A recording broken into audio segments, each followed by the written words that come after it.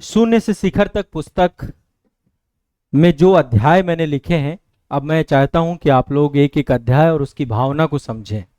किस भावना के साथ, किस उद्देश्य के साथ, किस मनोभाव के साथ ये पुस्तक आप सभी के लिए लिखी गई है। इस पुस्तक में वो सब कुछ है जो आपके मन में चलता है। ये आपके मन को पढ़ लेने वाली पुस्तक है और आपकी यात्रा में इस पुस्तक की जो टैगलाइन है, आप एक सामान्य छात्र से सिविल सेवक तक की एक संपूर्ण मार्गदर्शिका के तौर पे पुस्तक आपको काम आएगी। और सबसे पहले इस पुस्तक का समर्पण पेज मैं चाहता हूं कि आप लोगों के साथ में पढूं, क्योंकि समर्पण पेज आप सभी को समर्पित है। पूरी तरीके से मैंने ये पुस्तक आप लोगों को समर्पित की है। तो समर्पण पेज से शुभारंभ करते हैं।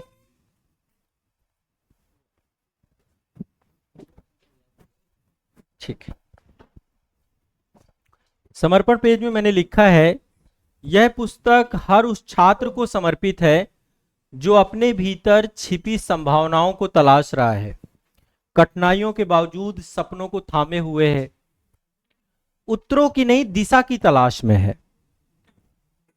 उत्तर आपके पास बहुत सारे हैं, हर व्यक्ति उत्तरों से भरा हुआ है। यदि आप आज देखें वर्तमान में, तो ऐसा कोई व्यक्ति नहीं है जिसके पास उत्तर ना हो।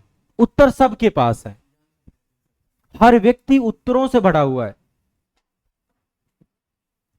चाहे वो सफल हो असफल हो, मन में उत्तर ही उत्तर है उसके।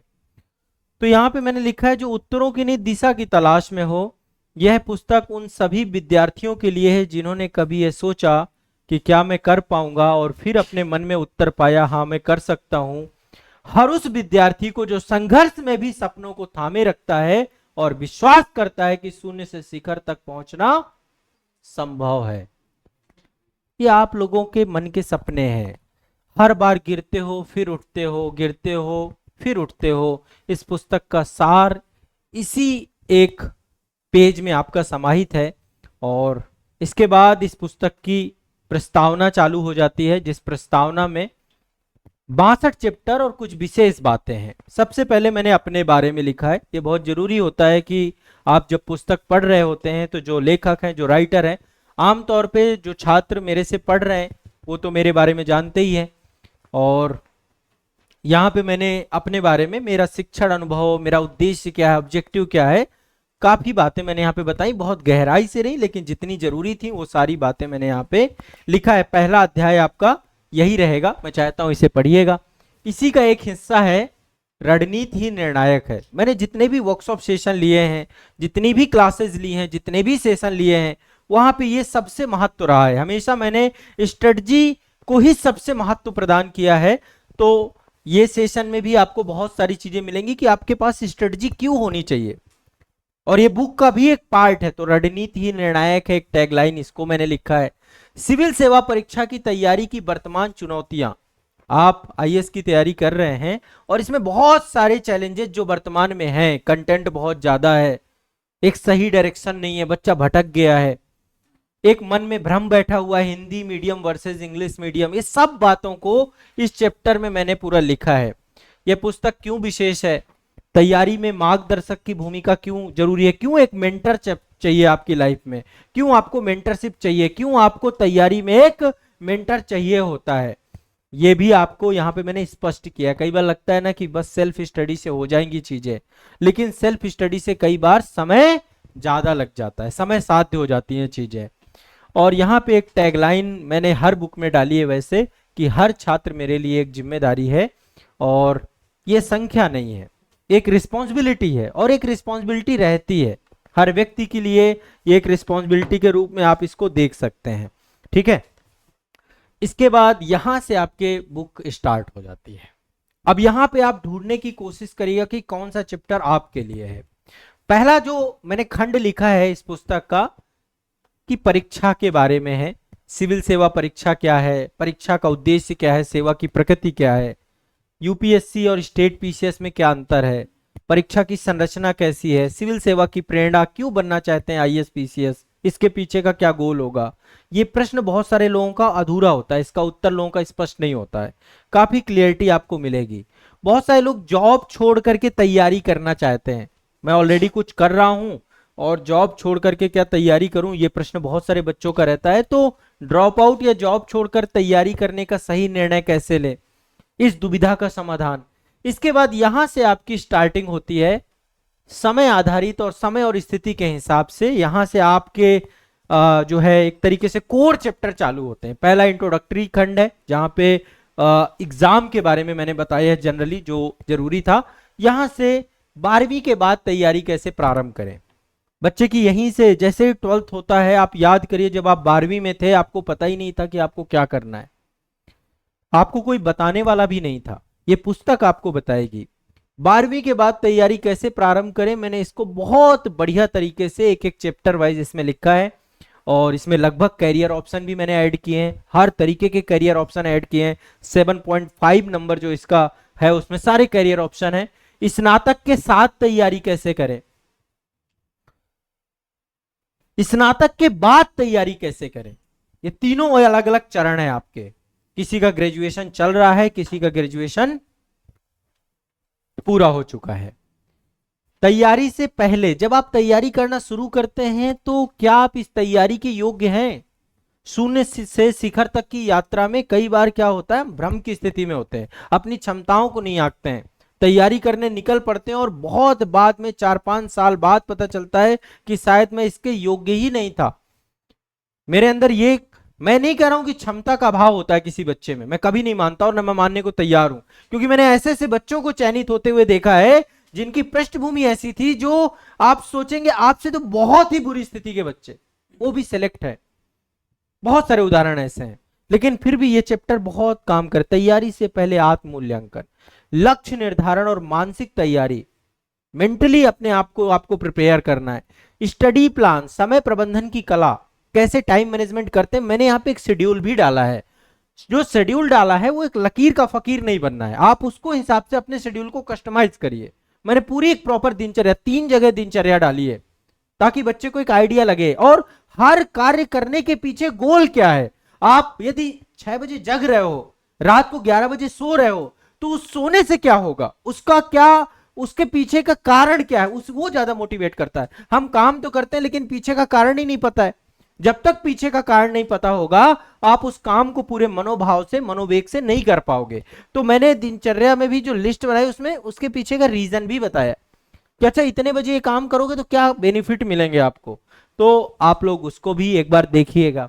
स्टडी प्लान और समय प्रबंधन की कला, साप्ताहिक, मासिक और वार्षिक योजना कैसे बनाना है, वित्तीय प्रबंधन, सीमित संसाधनों में सफलता कैसे मिले, घर से तैयारी बनाम कोचिंग, घर से तैयारी करनी चाहिए, कौन सा रास्ता आपके लिए है, वर्किंग एस्पिरेंट, जितने लोग कामकाजी लोग हैं जो जॉब कर रहे हैं उनके लिए रणनीति, 1 साल में सफलता पाने की रणनीति, बहुत सारे बच्चों का यह भी प्रश्न रहता है, पुनः प्रयास कर रहे छात्रों के लिए रणनीति, जो अगेन टू अगेन, फिर मैं पढ़ रहा हूं, फिर पढ़ रहा हूं, फिर पढ़ रहा हूं, अगेन टू अगेन, उनके लिए यहां पे सारी चीजें मैंने डाली हैं। इसके बाद ग्रामीण और अप्रवासी पृष्ठभूमि से आने वाले छात्रों के लिए सुझाव, विभिन्न पृष्ठभूमि, कामकाजी महिलाएं, गृहिणियां, नौकरी में छात्र, उनके लिए यहाँ पे, यहाँ तक दिव्यांगों के लिए भी मैंने ऐड किया, एक पूरा चैप्टर डाला है जिसमें दिव्यांग कैटेगरी के बच्चों के लिए सरकार ने क्या क्या किया है वो भी चीजें इसमें ऐड है, चैप्टर नंबर 20। अब आप इतने चैप्टर से ही समझ गए होंगे कि इसमें मैंने काफी कुछ सारगर्भित, जो इसका खंड 2 है वो पूरी तरीके से आपके लिए काम आने वाला है, आपकी मेंटल स्थिति को सही करेगा। इसके बाद इसका खंड नंबर 3 चालू होता है, छात्र जीवन की चुनौतियां और समाधान।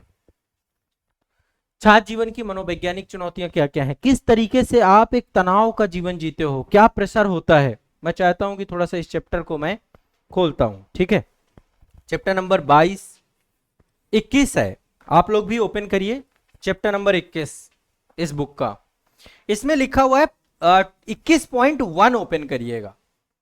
इसमें लिखा प्रमुख मनोवैज्ञानिक समस्याएं, एक टेबल बनी होगी, उस टेबल में लिखा हुआ है समस्या, क्या समस्या है, तनाव, स्ट्रेस की समस्या। क्या क्या समस्या है, बच्चा नींद नहीं आती है, चिड़चिड़ापन हो जाना, हृदय की गति, ये भी सब कंडीशंस होती हैं, धड़कन बढ़ जाती है एग्जाम के टाइम पे। तो ये वो बच्चों की बात बता रहा हूं जिन्होंने 4 अटेम्प्ट, 5 अटेम्प्ट, 6 अटेम्प्ट, और एग्जाम से पहले अटेम्प्ट वाला बच्चा ही क्यों ना हो, वो बिल्कुल डर सा जाता है, कल पेपर देने जाना है, कल पेपर देने जाना है। ये स्ट्रेस का कारण है। स्ट्रेस जब आपको होगा तो ये सारी चीजें होती हैं उससे। 10 दिन पहले 10 दिन पहले तो स्ट्रेस एक अलग चीज है, डिप्रेशन एक अलग चीज है। दूसरा पॉइंट है डिप्रेशन। डिप्रेशन में क्या होगा, बच्चा निराश हो जाता है, उत्साह कम हो जाता है, पढ़ाई में रुचि कम हो जाती है। एक होता है कि यदि असफल हो गया उसका डर क्या करता है आपको, अगर नहीं हुआ तो क्या होगा, ये एक बहुत बड़ा क्वेश्चन है यार बच्चे का। इसके बाद ओवर थिंकिंग, हर छोटी बात को बड़ा करता रहता है, हर छोटी बात को बड़ा करता रहता है, छोटी बात को बार बार बड़ा करके बड़ा करके बड़ा करके उसको दिखाना। अकेलापन फील करना। एक टाइम ऐसा आता है बच्चे के जीवन का, जो मैं बहुत पहले बात कहता था कि एक दिन ऐसा आएगा कि आप अकेले हो जाओगे, ना शादियों में जाने का मन करेगा, परिवार को फोन करने का मन नहीं करेगा, लोगों से मिलने का मन नहीं करेगा, दोस्तों से मिलने, जिन दोस्तों के साथ बचपन आपने बीता वो सफल हो गए हैं या कहीं सेट हो गए हैं, किसी ने छोटा सा काम भी कर लिया है, पर आपको उनको फेस करने का मन नहीं करेगा। अकेलापन, दूसरों से कटाव, समाज व परिवार की दूरी, रिश्तेदारों से तो कई किलोमीटर दूर हो जाते हो आप। सेल्फ डाउट, एक समय बाद ऐसा भी आता है छात्र जीवन में कि अपने ऊपर ही विश्वास उठ जाता है। जो यात्रा, शून्य की यात्रा बहुत भरोसे से चालू हुई थी, एक समय बाद वो भरोसा खत्म होना चालू हो जाता है। ये मैंने सिर्फ एक मनोवैज्ञानिक समस्याएं डाली हैं। ये मतलब ये किताब इसीलिए तो खास है ना, इस किताब में आपको यही सब चीजें मिलेंगी। और मैंने देखो यहाँ पे आर्थिक, एक चैप्टर नंबर 22 में आर्थिक समाधान भी लिखे हैं। कुछ नहीं है, स्वावलंबी बने, कम समय में आर्थिक गतिविधियां अपनाएं, ट्यूशन देना, कहाँ भाई कहाँ लिखा है, फ्रीलांसिंग करना। मैंने आपको कुछ ऑप्शन दिए, 5-6 काम ही दिए, बहुत सारे काम और भी हो सकते हैं ऐड करना। बच्चा कैसे जैसे पढ़ रहा है, अब जैसे आप लोग आते हो, आप लोग कहते हो मैं 8-9 घंटे की जॉब कर लूं, नहीं। यदि आपको जॉब करना है, कुछ आर्थिक तंगी दूर करना है, तो उसके कुछ मैंने यहाँ पे बहुत शॉर्ट टर्म, और इन्हीं की तरफ जाए तो ज्यादा अच्छा, नहीं तो फिर डायरेक्शन चेंज हो जाएगी, आप मनी में चले जाएंगे, ठीक है। और बहुत मतलब आपको इसमें मनोज शर्मा जी के बारे में भी थोड़ा सा कुछ चीजें हैं, कुछ गोविंद जायसवाल जी के बारे में आप जानते हो, है ना। सूरज तिवारी जी एक दिव्यांग कैटेगरी से थे, और आर्थिक और शारीरिक चुनौतियों के बावजूद भी उन्होंने जो यूपीएससी क्वालिफाई किया, ठीक है। तो हर किताब में मतलब बहुत, एक इमोशनल चैप्टर नंबर 23 ओपन करिए, 23, मतलब बहुत शॉर्टकट में है क्या भावात्मक समस्याएं होती हैं बच्चों में, इमोशनली कैसे आप लोग कमजोर बनते हैं। पहला पॉइंट है रिश्तों में अस्थिरता आ जाती है, प्रेम संबंधों का टूटन, भावात्मक अपेक्षाएं, ये सब होता है। आप क्या कर रहे हो, ये तो मैं ऐसे बहुत सारे लोग तो मेरे कंधों में रोए हैं, ऐसे भी मेरे मित्र भी रहे। जब आप लोग के टाइम की बात है, मुझे पता है क्या करते हैं, मुखर्जी नगर में क्या होता है, कटरा में क्या हो रहा है, कंपनी गार्डन में क्या हो रहा है, डायरेक्शंस, वो एक पक्ष है, यदि उसको नहीं लिखा जाएगा किताब अधूरी रह जाएगी। तो अकेलापन और आइसोलेशन,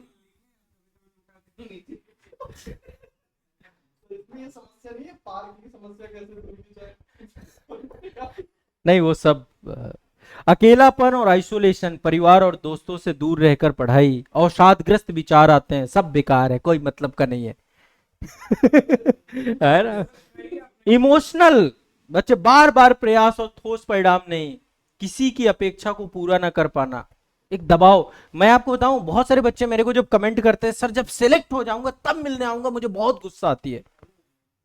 90% बच्चा मुझे यही सोचता है, अच्छा वो जुड़ा था बहुत उत्साह के साथ, फिर वो 1 साल 2 साल बाद उसको लगता है जब सिलेक्ट हो जाऊंगा तब मुंह दिखाने जाऊंगा। क्यों भाई, मैं फिर उस दिन के लिए हुई नहीं। आप असफलता में यदि आ सकते हो तो आइए, सफल होने के बाद मुझे नहीं आ पाना, मत आइए।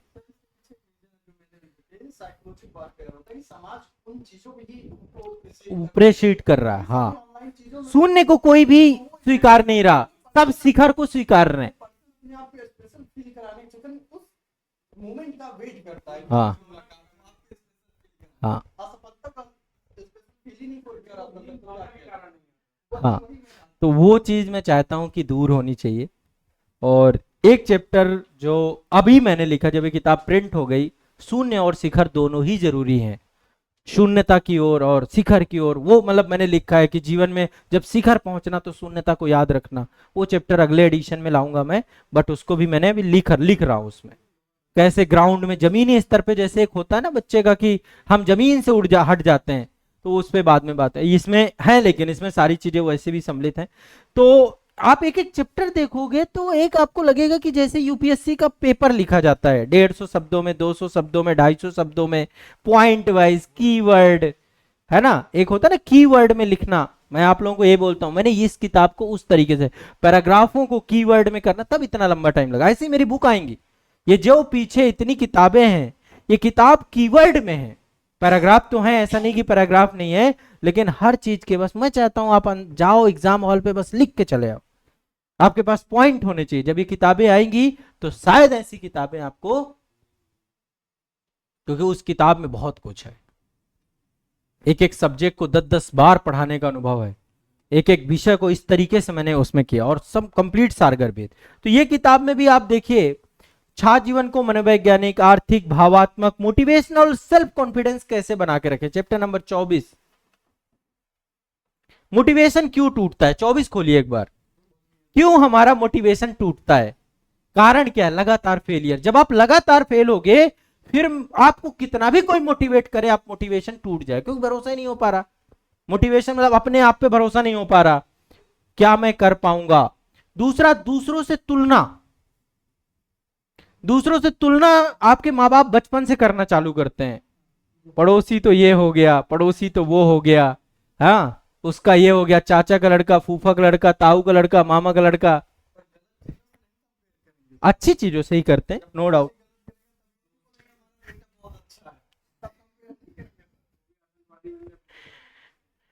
दूसरों से तुलना, पढ़ाई में थकावट, इससे भी मोटिवेशन टूटता है। लगातार लंबे समय तक यदि पढ़ते रहोगे और बीच में यदि रिफ्रेशमेंट एक्टिविटी नहीं हुई आपकी, तो आप थक जाओगे, एक टाइम बाद मोटिवेशन टूटेगा। सपोर्ट का अभाव, बहुत सारे लोगों के जीवन में कोई सपोर्ट ही नहीं होता, कोई है ही नहीं, हम ही अकेले इंजन है, सारे डिब्बे खत्म हो चुके हैं, एक इंजन चल रहा है, चल रहा है, चल रहा है, चलता ही जा रहा है। समय के साथ लक्ष्य धुंधला पड़ जाना, लक्ष्य में संदेह होना, कई बार आप अपने अपने टारगेट पे ही डाउट करने लग जाते हो, लक्ष्य ही डाउटफुल हो जाता है।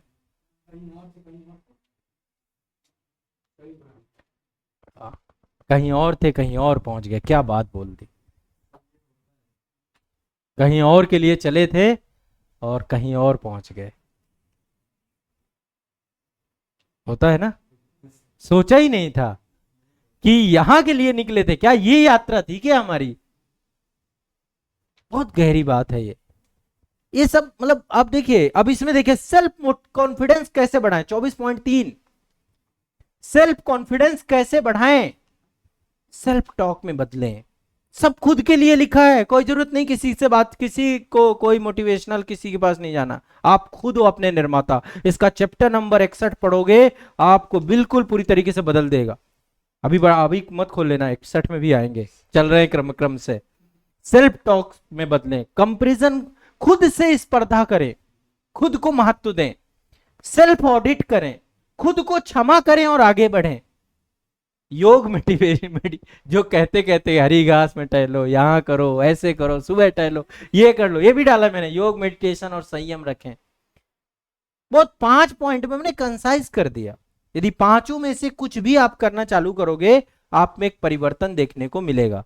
मैं चाह रहा हूं ये किताब केवल आपके तकिए के नीचे रखी ना रहे, वहां जाके बस अगरबत्ती ना रख लिए घर पे, बस डेली पूजा कर रहे हैं, किताब की भी इसको पढ़ना है, पढ़ोगे तो इससे कुछ मिलेगा, तो इससे सॉल्यूशंस मिलेगा, क्योंकि केवल इसमें प्रॉब्लम्स में ध्यान नहीं दिया मैंने, समाधान बेस्ड किताब है। हर बुक में, हर चैप्टर में समाधान। चैप्टर नंबर 25 बहुत बढ़िया, आप लोगों के मन का चैप्टर, दिल का चैप्टर, जो सबसे ज्यादा, समाज और परिवार के दबाव को कैसे संभाले। दबाव के स्रोत परिवार, इसका 25.1 खोलिएगा। दबाव का स्रोत परिवार, परिवार आपसे कहता है कब तक पढ़ते रहोगे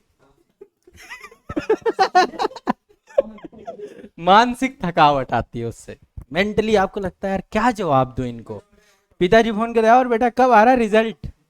अभी तुम्हारा मेंस था ना, तुम्हारा इंटरव्यू था ना। अरे वो रिजल्ट आ गया, तुमने बताया नहीं, बाकी मेंस देने गए, तुम कहाँ हो? मैंने ऐसे बच्चे भी देखे हैं जिनके कभी भी प्रीलिम्स नहीं निकले और घर वालों को बता रहे 3 मेंस दे चुके, 4 में झूठ बोलना चालू कर देता है बच्चा इस दबाव में, अपने घर वालों को सही नहीं बता पाता। क्यों? फंड रुक जाएगा। आज पाकिस्तान क्या कर रहा है? विश्व में आतंकवाद फैला रहा है, लेकिन विश्व को यह बता रहा है कि मैं डेवलपमेंट कर रहा हूं, रोडें बनी है, सब कुछ बिल्कुल जबरदस्त हो गया है, ऐसी टेक्नोलॉजी ले आया हूं। अब जब वो देश आता है जो फंड करता है, मान लो अब अमेरिका का आ जाए आदमी, आके देखिए यहाँ तो एक एक किलो आटे के लिए लड़ रहे हैं लोग, ये पैसा किस लिए लेके आया था? अब जैसे आप भी पिताजी से पैसे ले रहे हो, रिजल्ट नहीं दे पा रहे हो, तो आप क्या करोगे? झूठ तो बोलोगे ही, पर उसका दुष्परिणाम क्या निकलता है? वो सब चीजें इस बुक में हैं, बहुत छोटी बातों में बहुत गहरी गहरी बातें लिखी हैं। रिश्तेदार क्या कहते हैं? आईएएस बनने चले थे, ये रिश्तेदारों का एक कमेंट रहता है, पीसीएस बनने चले थे, हाँ आईएएस साहब आ रहे हैं, ये भी जोड़ देते हैं। समाज क्या कहता है? अब तक सिलेक्शन नहीं हुआ, शर्मिंदगी की भावना आती है। कॉलेज के दोस्त कहते हैं हम सब नौकरी में, तू क्या कर रहा?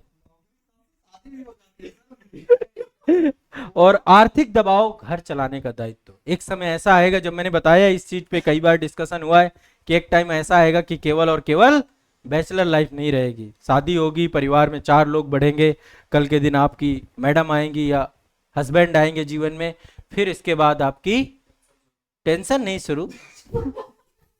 अरे उसको टेंशन मत कहिए, उससे खूबसूरत सफर ही नहीं हो सकता कोई, मैं अपने अनुभव से बता रहा हूं। बहुत खूबसूरत सफर होता है विवाह के बाद, यदि ये मतलब ये नहीं है कोई सुनी सुनाई बातें हैं, मैं भी वैवाहिक व्यक्ति हूँ, बहुत शानदार जीवन होता है, बहुत जबरदस्त।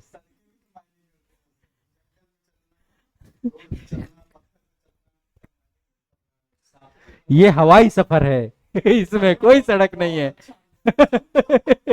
ठीक है, तो अब इन दबावों का मनोवैज्ञानिक असर क्या होता है, क्या समाधान होना चाहिए, समाज और परिवार में संतुलन कैसे बैठाएं? सब इसीलिए, अब ये आ तो गई, समाधान आ तो गया, असल समस्या का समाधान आ गया। 25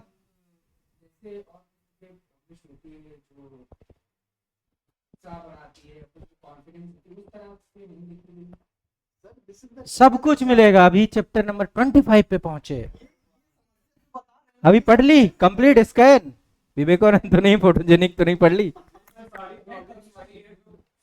उत्साह भी बढ़ाएगी, पर ये फेक उत्साह नहीं बढ़ाएगी। एक होता फेक उत्साह, आपको भी कुछ चढ़ा दिया, अरे अभी कर सकते हो, अरे हो जाएगा हो जाएगा, ऐसे नहीं है।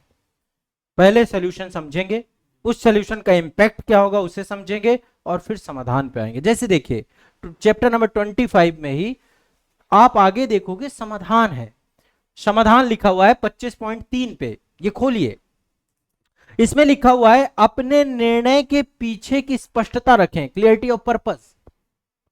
क्या लिखा हुआ है? मैं तैयारी कर रहा हूं। जब यह सवाल खुद से ईमानदारी से उत्तर देंगे तो आपको पता चल जाएगा कि कर रहे हो कि नहीं कर रहे हो।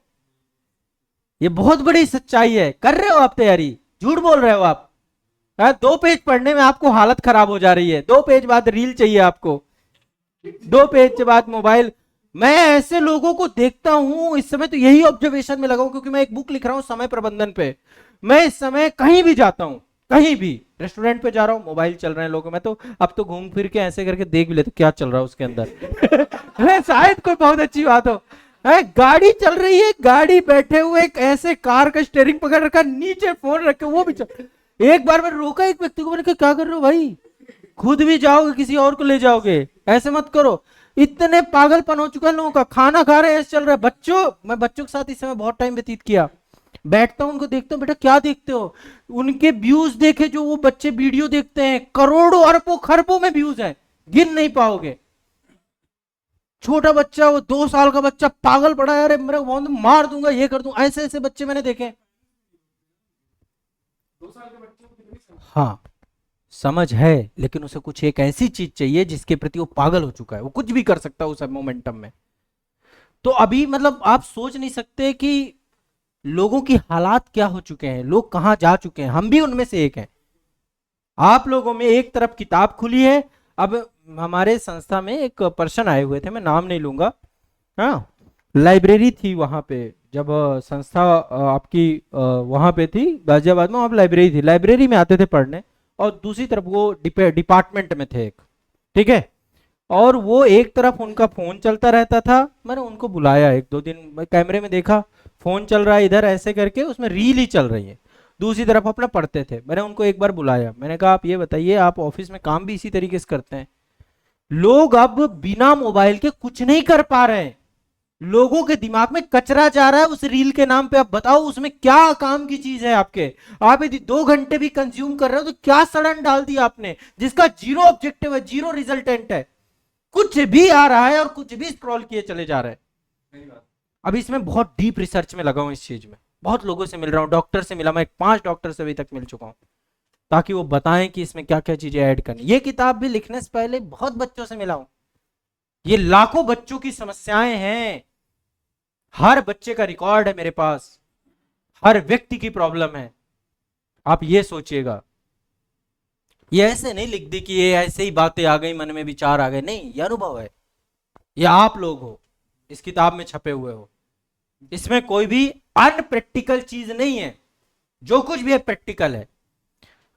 तो समाधान है, अपने निर्णय के पीछे की स्पष्टता रखें। क्या आप तैयारी कर रहे हैं? जब आप ये क्वेश्चन पूछ के देखना, आपको पता चल जाएगा, आपके आधे जवाब तो यहीं से मिल जाएंगे आपको। समाज, दूसरा परिवार से संवाद बनाए रखें। ये आप लोग यदि आते हैं मेरे सेशन में, पहली बात करता हूं, एक फैमिली टाइम बनाओ, फैमिली से जुड़ो, परिवार को अकेला मत छोड़ दो। आपकी तैयारी के समय के साथ साथ 15 मिनट उनके भी होने चाहिए पर डे के आपके। इसके बाद रिश्तेदारों को जवाब देने की जरूरत नहीं, एक लाइन ये भी ऐड किया मैंने। आर्थिक दबाव को समझदारी से संभालें। सोशल मीडिया को सीमित सक्रियता, मानसिक मजबूती बनाएं। बहुत सारी चीजें हैं जो इसमें ऐड है। इसमें एक चीज और मिलेगी हर चैप्टर में, रिफ्लेक्शन टास्क। हर चैप्टर के लास्ट में एक रिफ्लेक्शन टास्क है। और एक चीज और आपने शायद देखी हो ना देखी हो, हर चैप्टर को एक लाइन में भी मैंने, एक लाइन में हर चैप्टर के नीचे एक टैग लाइन मिलेगी, वो एक लाइन में पूरे चैप्टर के बारे में बताती है।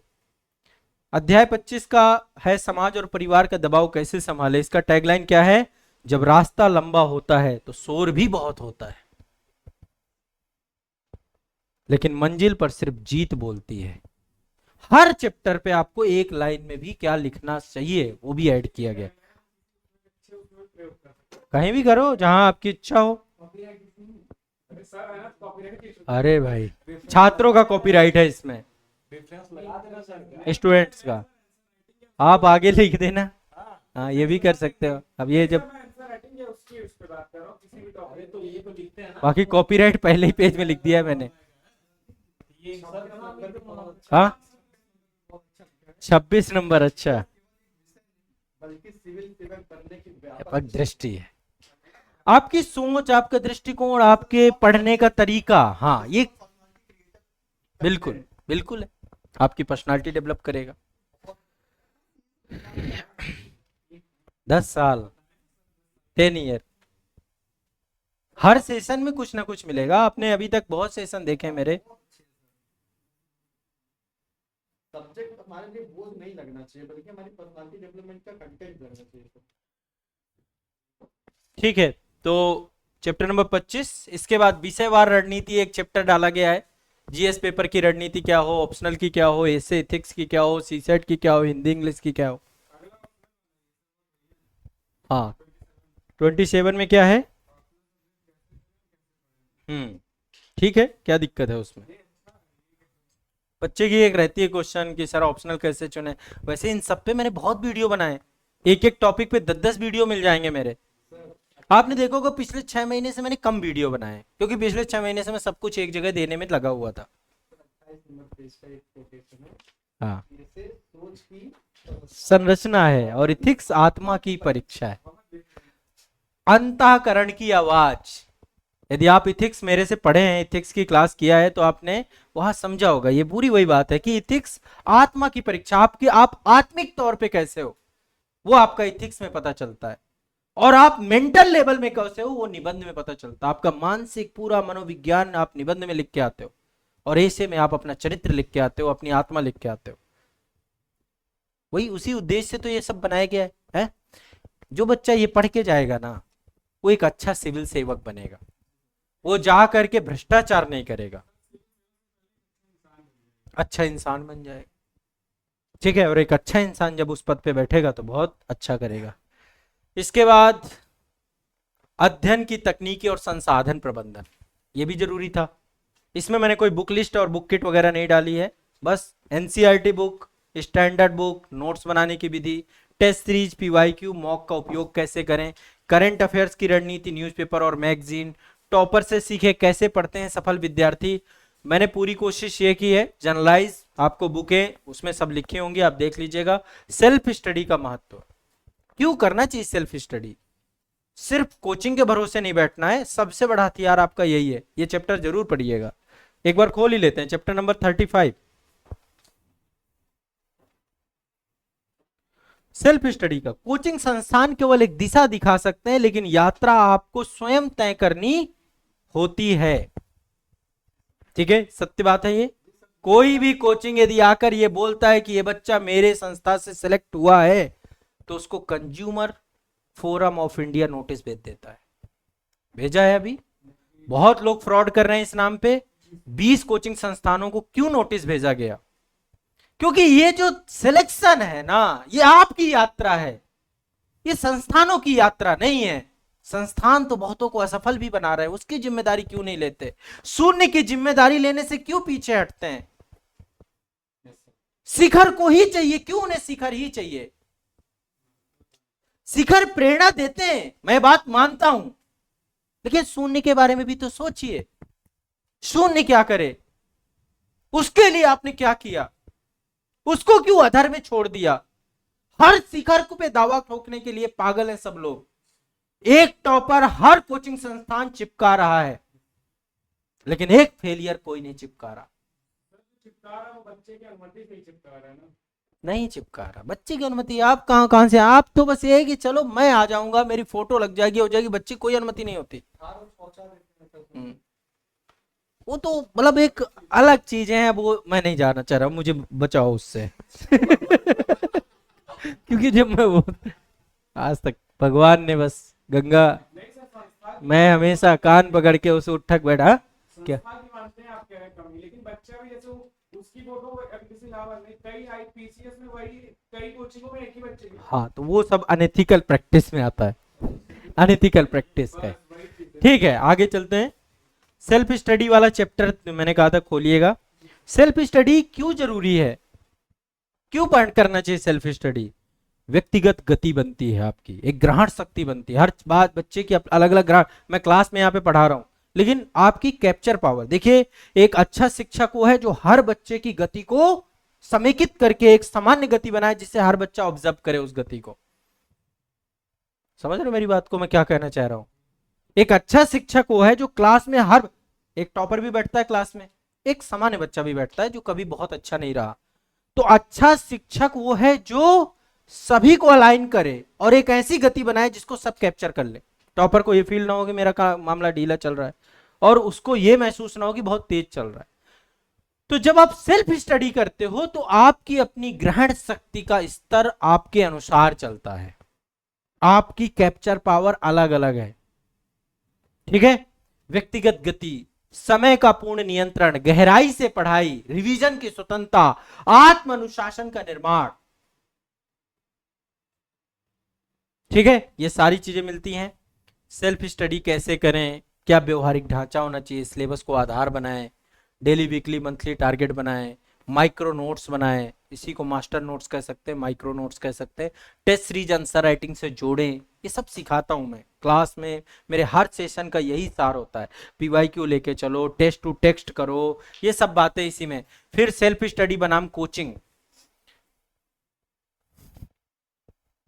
ये एक कवरेज है, थोड़ा सा डिस्कस कर लेते हैं। कोचिंग में तेजी से पढ़ाई होती है, कोचिंग थोड़ा फास्ट होता है क्योंकि एक टारगेट होता है, टीचर होता है, सब कुछ होता है। सेल्फ स्टडी की धीमे से लेकिन गहराई से पढ़ाई होती है। सेल्फ स्टडी में आप धीमे जरूर होते हो, लेकिन आप डीप जाके पढ़ते हो। अनुशासन, कोचिंग में बाहरी दबाव होता है, बाहर से कोई आपको स्टिक लेके खड़ा है, पढ़ो पढ़ो पढ़ो, इतने टाइम पे आना, इतने टाइम पे करना है। सेल्फ स्टडी में आत्म अनुशासन होता है, आत्म अनुशासन, ठीक है। डाउट सॉल्विंग, कक्षा में सीमित समय होता है। सेल्फ स्टडी में आप इंटरनेट का सहारा, गाइड का सहारा, पीयर ग्रुप समझते हैं? पीयर ग्रुप मतलब जो आपके जैसे लोग हैं, जो पीसीएस की तैयारी कर रहे हैं, जो आईएएस, उसका एक पीयर ग्रुप हम क्रिएट करते हैं।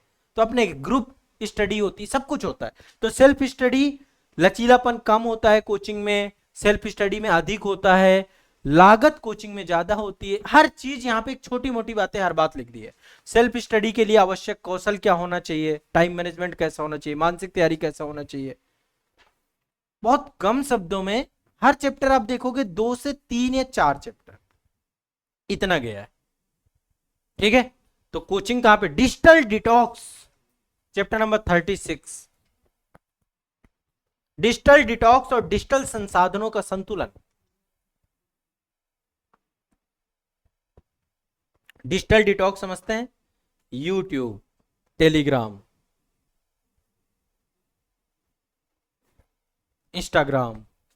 रुक जाइए, मैं आज आपके लिए एक फोटो लेकर आया हूं, अभी तो नहीं, दिखा देता हूं आपको, शायद इससे आइडिया लगे कि आपकी क्या हालत हो चुकी है। आप अपनी हालत देखिएगा इसमें, शायद वो फोटो है, हाँ ये देखिए, बहुत मुश्किल से मिले। कुछ समय बाद कुछ होना नहीं है, ये होगा आपका हाल। बेड में पड़े होंगे और ये वाले ब्लड नहीं चढ़ रहा होगा, ये वाले वो चढ़ रहे होंगे ग्लूकोज, यूट्यूब का ग्लूकोज चढ़ा दो भाई, इसको इंस्टाग्राम के चला दो, 10 घंटे इंस्टाग्राम दिखा दो, सही हो जाएगा। अरे कब से इंस्टाग्राम नहीं देखा तुमने? ऐसी कंडीशन हो रही है आज के। हाँ, फेसबुक की कमी हो गई है, फेसबुक का ग्लूकोज चढ़ाओ।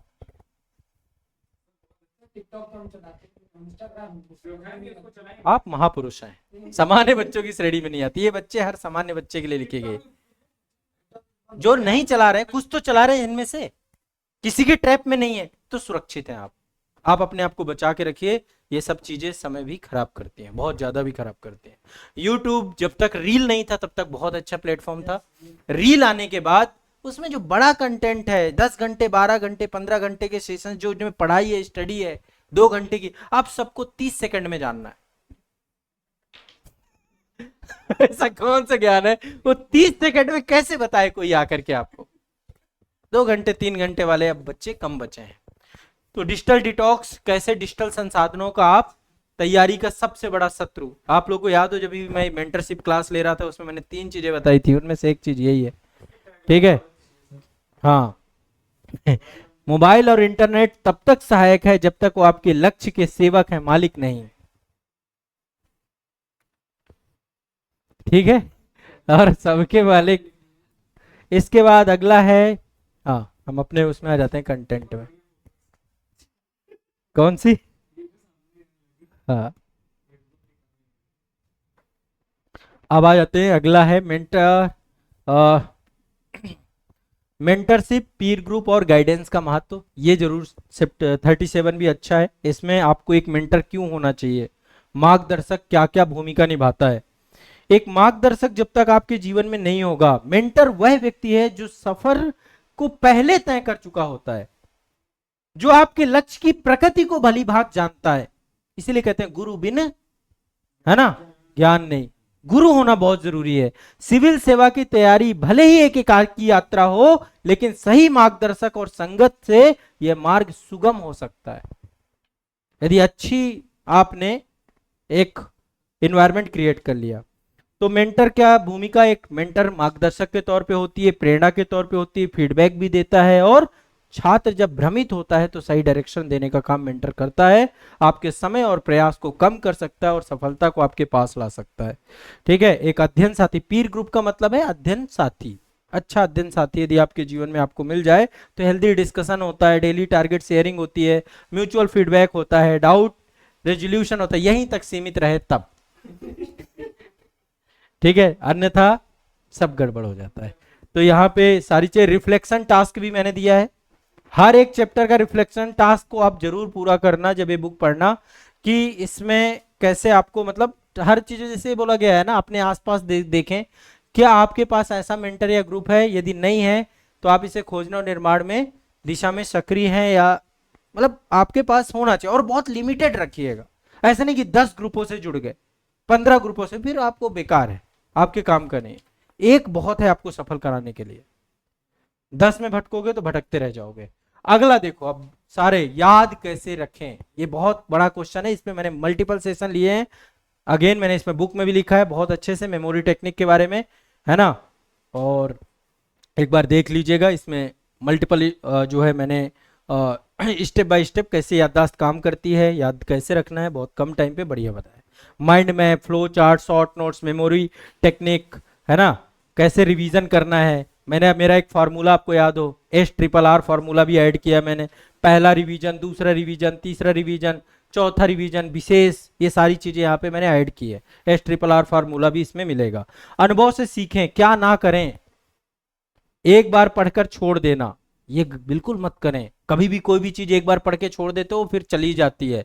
रिवीजन करें, हाईलाइट तो किया पर दोहराया नहीं। कई बार आप हाईलाइट भर कर लेते हो, दोहराते नहीं हो। सब याद है मानकर आत्मसंतुष्टि, अरे मेरे को सब सब बात है, बताओ कौन सा एग्जाम देने जाना है। ये आत्मसंतुष्टि का बोध नहीं होना चाहिए आपका। और इसमें वैकल्पिक मैंने मेमोरी टेक्निक बताई है, पढ़ा हुआ किसी को सिखाने के लिए, मतलब कितना रिटेंशन होता है, सब चीजें बहुत कम टाइम पे। मेमोरी नोटबुक के बारे में आपको पता हो, एक मैंने बहुत महत्वपूर्ण सेशन लिया था, कैसे मेमोरी नोटबुक बनानी है। हर बच्चे की मेमोरी नोटबुक होनी चाहिए, एक जरूरी हथियार। ठीक है, पढ़ना एक प्रक्रिया है, याद रखना एक कला है, और यह कला तब पक्की होती है जब किसी व्यक्तिगत स्मृति खजाने में उसे संजोया जाए। हाँ, 5 टॉपिक ऐड करें, है ना, एकत्रीकरण करें, दोहराव करें, फिर उसको अपनी शैली में लिखें, उसको कैटेगराइज्ड करें, विजुअल मेमोरी में एस्टेब्लिशमेंट करें। और इसमें मैंने इसको और बेहतर बताया है, एक बार देखिएगा कैसे एक मेमोरी नोटबुक बनाएं। ये सब चीजें सेशन हो चुके हैं इन चीजों के। अब ये खंड नंबर 6, ये मेरा मोटिवेशनल सेशन का सेगमेंट है। आप कह रहे हैं ना कि सर इसमें प्रेरणा वाली चीजें भी हो, ये लीजिए, आइए चैप्टर नंबर 40 को लिए, मनोबल बनाए रखना और तनाव प्रबंधन। फेलियर से डरे नहीं, सीखें। सोशल मीडिया और डिस्ट्रैक्शन को कैसे नियंत्रण का, फिर मैंने एक चैप्टर डाला, मैंने कहा शायद वो वाला डाल के डिजिटल डिटॉक्स वाला। ये मेरे लिए बहुत महत्वपूर्ण चैप्टर है। और अभी टाइम मैनेजमेंट जो लिख रहा हूं उसमें, उस बुक में मैंने इसको कम से कम 4-5 बार हर जगह याद करा करा के, यदि समय प्रबंधन पे जब बुक आएगी तो वो बुक से आपको, इसको मैंने सबसे महत्वपूर्ण हिस्सा माना है। स्वास्थ्य, नींद और जीवन शैली का प्रबंधन। ठीक है, इसके बाद है इसका खंड 7, इंटरव्यू की तैयारी, पर्सनालिटी। ये आपका एक रहता है, आप पढ़िए, बहुत इंपॉर्टेंट है ये आपका। पहले दिन से बच्चे कहते हैं सर इंटरव्यू पहले दिन से तैयार करूं क्या, तो इस बुक में मैंने खंड 7 में ये चीजें ऐड की हैं आपके लिए। और डिटेल एप्लीकेशन फॉर्म बच्चे का एक रहता है, डैप कैसे भरें। पहले तो इंटरव्यू के बारे में लिखा है। पर्सनालिटी टेस्ट वह दर्पण है जिसमें आपकी सोच, विनम्रता और सेवा भाव झलकता है। इंटरव्यू बोर्ड आपके उत्तर नहीं, आपके दृष्टिकोण और संतुलन को परखती है। ठीक है, तो मतलब आप जब इसकी टैगलाइन पढ़ेंगे हर चैप्टर की, तो आपको उसी से पूरा चैप्टर, और आपको फिर कुछ ज्यादा जरूरत पढ़ने की रह नहीं जाएगी, पर पढ़िएगा जरूर। ठीक है, और बहुत आसान है, ऐसा नहीं कि कोई इसके लिए आपको, मतलब इस बुक को पढ़ने के लिए कोई पर्सन चाहिए। आप आसानी से एक एक बात समझ सकते हैं। ना समझ में आए तो आप एक बार मिलिए, बात करिए, वीडियो देखिए, मुझसे पूछिए। मैं अभी इसके 62 वीडियो सेशन लेने आऊंगा, हर चैप्टर का एक सेशन हम लोग जो है डिस्कस करेंगे, ताकि बच्चे के मन में एक पूरी सीरीज चलेगी शून्य से शिखर तक की यात्रा की। बस उस वो 62 मतलब बुक को मैं वीडियो फॉर्म पे भी देने की मेरी सोच है, ये बुक वीडियो फॉर्म पे भी आ जाए, ताकि जो लोग रील वाले हैं उनके लिए सफल रहे। सर आप उस पर सपोर्ट तो नहीं कर रहे रील वाले पे, फिर आप भी रील कन्वर्ट हो रहा है क्या? मैं रील नहीं बनाता, मैं रील बार टीचर नहीं। वीडियो पे आ रहा है। वीडियो पे ही रहेगा, वीडियो फॉर्म पे, यूट्यूब पे आएगा। यूट्यूब पे अच्छा कंटेंट है, उसे कंज्यूम करो ना। यूट्यूब पे समझ, अब यही है, दोनों चीजें, जब समुद्र मंथन हुआ तो दोनों निकला, अमृत और विष। यूट्यूब एक अमृत भी है और विष भी है, अब आप उसका उपयोग किस तरीके से कर रहे हैं। विज्ञान वरदान भी अभिश्राप भी, बस वही है। तो YouTube ने तो सब तक पहुंचा दिया। आज इस सेशन को हर गांव का बच्चा देख सकता है, हर गांव के बच्चे तक मैं पहुंच रहा हूं। पर मेरा कंटेंट आप देखोगे तो आपको डिस्ट्रैक्ट करने वाला नहीं है, आप में मोटिवेशन भरने वाला, आप में ऊर्जा भरने वाला, आपके अंदर वो नहीं कि वहां पे पीछे चल रहा है कि लगे माफिया, उस तरीके के आप कभी देखोगे। मैं वो रील वा जो हर चीज पे वीडियो बन रहा है, सैयारा पे ही लगाए दे रहे हैं, दो तीन रील बना के उसी गाने पे चल रही हैं, वो चीजों से बचो, वो आपके काम की नहीं है। ठीक है, समझ रहे हो बात को? हाँ, आगे चलते हैं। इंटरव्यू की तैयारी, डिटेल एप्लीकेशन फॉर्म, ये एक आप लोगों को कुछ को पता होगा जो मेंस इंटरव्यू जाओगे, पर अभी यहाँ पे मैंने थोड़ा बहुत बताया।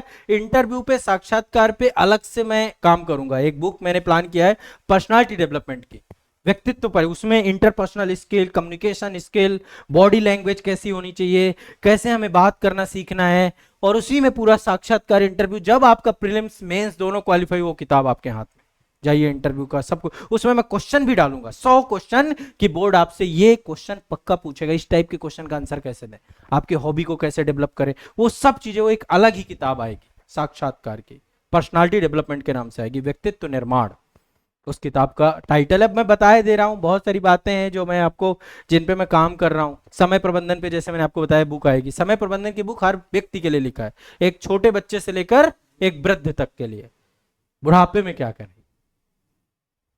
ऐसा भी तो होता है ना कि एक एज के बाद वो आपको वो किताब इस तरीके से हर व्यक्ति पढ़ सकता है। ये छात्रों की किताब है, शून्य से शिखर तक की यात्रा। अगला चलते, अगला चैप्टर है मॉक इंटरव्यू क्यों करना चाहिए आपको, मॉक इंटरव्यू और फीडबैक का उपयोग कैसे करना है। इसके बाद ये खंड 8 मेरा सबसे फेवरेट खंड है इसका, जो मैं हर बार आपके वर्कशॉप सेशन, ये एक मेरा वर्कशॉप सेशन का वो है, सिलेबस को मंत्र की तरह कंठस्थ करना है। सिलेबस हर बच्चे को रटा होना चाहिए। देखिए, हिस्टोरिक काम मैंने भी किया इस दौरान पे, ये इसी अवधि की देन है जो मैंने इस टाइम पे मेहनत की है। ये आपका संस्था का प्रोस्पेक्टस, ठीक है, अभी बनाया, इसकी एक एक बात आत्मा से लिखी गई है, एक बार पढ़िएगा जरूर। ठीक है, ये अभी जब हमारी अब क्लासेस, जो फाउंडेशन क्लास चलेंगी या जो भी चलेंगी, ये एक वीकली टारगेट रहा करेगा बच्चे का। जैसे मेंटरशिप में मैं टारगेट लेके चल रहा हूँ, वैसे ये जीएस फाउंडेशन का टारगेट वीक के हिसाब से बच्चे को हम पढ़ाएंगे। अब आप लोग यदि ऑनलाइन पढ़ेंगे तब। इसके बाद देखिए, ये एक सिलेबस रिसर्च पे बुक लिखी है मैंने, सिलेबस रिसर्च, ठीक है। अभी इसको मैंने बहुत डिटेल किया, अभी वो डिटेल वाला एडिशन आने में 1 महीना लगेगा। मतलब एक टॉपिक का सब टॉपिक के अंदर के कितने सब टॉपिक है, फिर उसके अंदर भी कोई सब टॉपिक है, उप बिंदु भी है, वो भी डाले, तो थोड़ा सा मोटी हो गई किताब। अभी तो ये थोड़ा मैंने पहला एडिशन ऐसे निकाल दिया था कि एक बच्चे के अंदर डेवलपमेंट आए, तो ये किताब आपकी, इसकी ईपीडी बुक भी अवेलेबल है इनमें से। हाँ, बच्चे का मतलब क्या हो रहा है कि आपको सिलेबस तो पढ़ लिया, सिलेबस पढ़ने के बाद पता ही नहीं सिलेबस का विस्तार कितना है, तो विस्तार करने का काम भी पका पका है, ये काम कर दिया मैंने। बहुत अच्छी किताब है, चलिए थैंक यू, पढ़ लीजिए। हाँ, अभी जब इसका विस्तारित संस्करण आएगा अगले महीने, तब आप देखना ये किताब तो ऐसी हो जाएगी, इसको पढ़ने के बाद लग रहा है मेरे को सब आता है, ऐसा हो जाएगा, आप सोच नहीं सकते हो। हाँ, मैं तो सोच रहा हूँ कि एग्जाम के प्रीलिम्स के पहले बच्चे यही पढ़ के ना चल जाए एक दिन पहले यार प्राचीन तो इसी से खत्म हो जा रहा है, विश्वास कर रहा हूँ जो डिटेल एडिशन है उसको, वही वाली आत्म संतुष्टि, पढ़ा तो नहीं, झूठ मूठ का उसे लगा पढ़ गया। पर ये सिलेबस रिसर्च था नहीं मार्केट में। मैंने वर्कशॉप सेशन में हमेशा कहा आप अपनी एक आरएनए बनाइए, सिलेबस रिसर्च बुक बनाइए, तो बच्चा नहीं बनाता था, तो मैंने कहा लो बना दिया। ये भी इसी टाइम पे देखो काम किया है। ये आपके आईएएस का सिलेबस मैंने बनाया है, पढ़िएगा पूरा, यूपी आयोग के हिसाब से ये बट लिखा है मैंने, इसमें परीक्षा योजना भी है। ये आपका यूपी पीसीएस का सिलेबस, ठीक है। ये आपका, ये ऐप में सारे अवेलेबल हैं, सिलेबस सारे फ्री हैं। आरओ का एग्जाम का सिलेबस, बीपीएससी एग्जाम का सिलेबस, एमपीपीएससी एग्जाम का सिलेबस, मैं जितने एग्जाम पीसीएस के बच्चों को पढ़ाता हूँ सबके लिए है। सीजीपीएससी एग्जाम का सिलेबस, आरएएस का सिलेबस, जेपीएससी एग्जाम का सिलेबस और यूकेपीएस, सबको मिला दें तो ये भी अपने अपने किताब ही है, सिलेबस की किताब है ना। तो एटलीस्ट ये समझिए कि ये जो पॉइंट लिखे हैं ना, सिलेबस को मंत्र की तरह कंठस्थ करना, ये बहुत, ये पर डे पढ़ो, पर डे पढ़ो। मेरे से आप कोई भी सिलेबस पूछ लो, इतने सिलेबस मैंने लिखे हैं, पूछ लो, बता दूंगा किस पेपर में कहां पे कैसे किस में क्या है, क्योंकि इतनी बार पढ़ चुका है, इतनी बार अभी भी होता है कि मेरे पास ये फाइल रहती है ऑल टाइम, जब भी हुआ अपना सिलेबस देख लिया, अच्छा कहीं पे कुछ छूट नहीं रहा, क्या है कैसे, ये चीज ऐड करनी है, ठीक है। इसके बाद सीमित लेकिन मानक स्रोतों से पढ़ाई करें। अध्याय या खंड आप लोगों के लिए तैयारी के 10 अमोघ सूत्र, सक्सेस मंत्रा मैंने दिया है, ठीक है। बार बार रिवीजन सफलता की रीढ़ है। दैनिक लक्ष्य और दीर्घकालिक योजना दोनों को साथ लेके चलना है। डेली आपका, आज यदि असफल हो तो भविष्य में भी असफल ही रहोगे। आज नहीं पढ़ रहे हो तो कल भी नहीं पढ़ोगे। ये मंत्र लिख लो कहीं पर। आप सोच रहे हो कल पढ़ लूंगा, आज नहीं पढ़ूंगा, तो लिख लो, उल्टा कर लो इस बात को, आज नहीं पढ़ रहा हूं तो कल भी नहीं पढ़ूंगा। मैं रिटर्न में दे रहा हूं आपको इस बात को, ठीक है।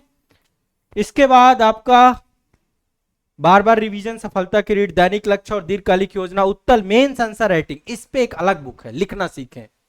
लिखना सीखें में मैंने मल्टीपल सेशन लिए बच्चों का, अब मैं उसे बुक के रूप में दे रहा हूं। कैसे आंसर राइटिंग सीखी जाती है, पहला चरण, दूसरा चरण, तीसरा चरण, चौथा चरण, इसी अगले महीने किताब आएगी आंसर राइटिंग की। है ही नहीं ऐसी किताब जिसमें क्वेश्चन भी होंगे, उनके आंसर भी डालेंगे, मॉडल आंसर भी डालेंगे आपके लिए। टाइम लग रहा है थोड़ा सा, पर यह है कि आंसर राइटिंग कैसे करें। इसके बाद टेस्ट सीरीज, प्रीलिम्स और मेंस दोनों के लिए क्यों देना जरूरी है, करंट अफेयर्स का समेकन, मानसिक संतुलन और सकारात्मक सोच, सही मार्गदर्शन और चर्चा, दृढ़ निश्चय और आत्मविश्वास, चैप्टर नंबर 50, ठीक है 56। इसके बाद अंतिम खंड है, एक चैप्टर में पढ़ के आपको सुनाऊंगा भी, समापन और प्रेरणा। आईएएस पीसीएस परीक्षा केवल एक परीक्षा नहीं, एक जीवन यात्रा है, ठीक है। मेरा मानना यह है, आप जब इस चैप्टर को पढ़ेंगे, चलो एक बार 57 को देखते हैं, आप लोग इसको एक एग्जाम के तौर पे लेके चलते हैं। मेरा मानना है कि ये केवल महज एक एग्जाम होता तो शायद इतना कठिन नहीं होता। इसकी कठिनाई के पीछे बहुत सारी चीजें हैं। तो सामान्य परीक्षा और आईएएस पीसीएस परीक्षा के बीच में मैंने एक डिफरेंस का टेबल बनाया है। सामान्य परीक्षा केवल विषय की मांग रखती है, लेकिन आईएएस पीसीएस की परीक्षा समग्र दृष्टिकोण और व्यक्तित्व की मांग करती है। सामान्य परीक्षा चयन और सफलता दोनों को साथ लेके चलती है, जबकि आईएएस पीसीएस की परीक्षा चयन प्लस सेवा, सेवा का भाव होना चाहिए एक आईएएस अधिकारी में, एक पीसीएस अधिकारी में, यह असली सफलता है उसका मान। जब आप कोई क्लर्क बनेंगे या कोई आप सामान्य कर्मचारी बनेंगे तो आपका चयन हो गया, यानी आप सफल हो गए। लेकिन आईएएस बनने के बाद यदि आप में सेवा भाव नहीं तो आप सफल नहीं माने जाओगे। आपको पता नहीं है क्या इस समाज की जो संवेदना है, उस संवेदना को, उस समाधान को आईएएस और पीसीएस बन के आप किस तरीके से सुलझा सकते हैं। चयन नहीं है, सेवा भी भावना होनी चाहिए।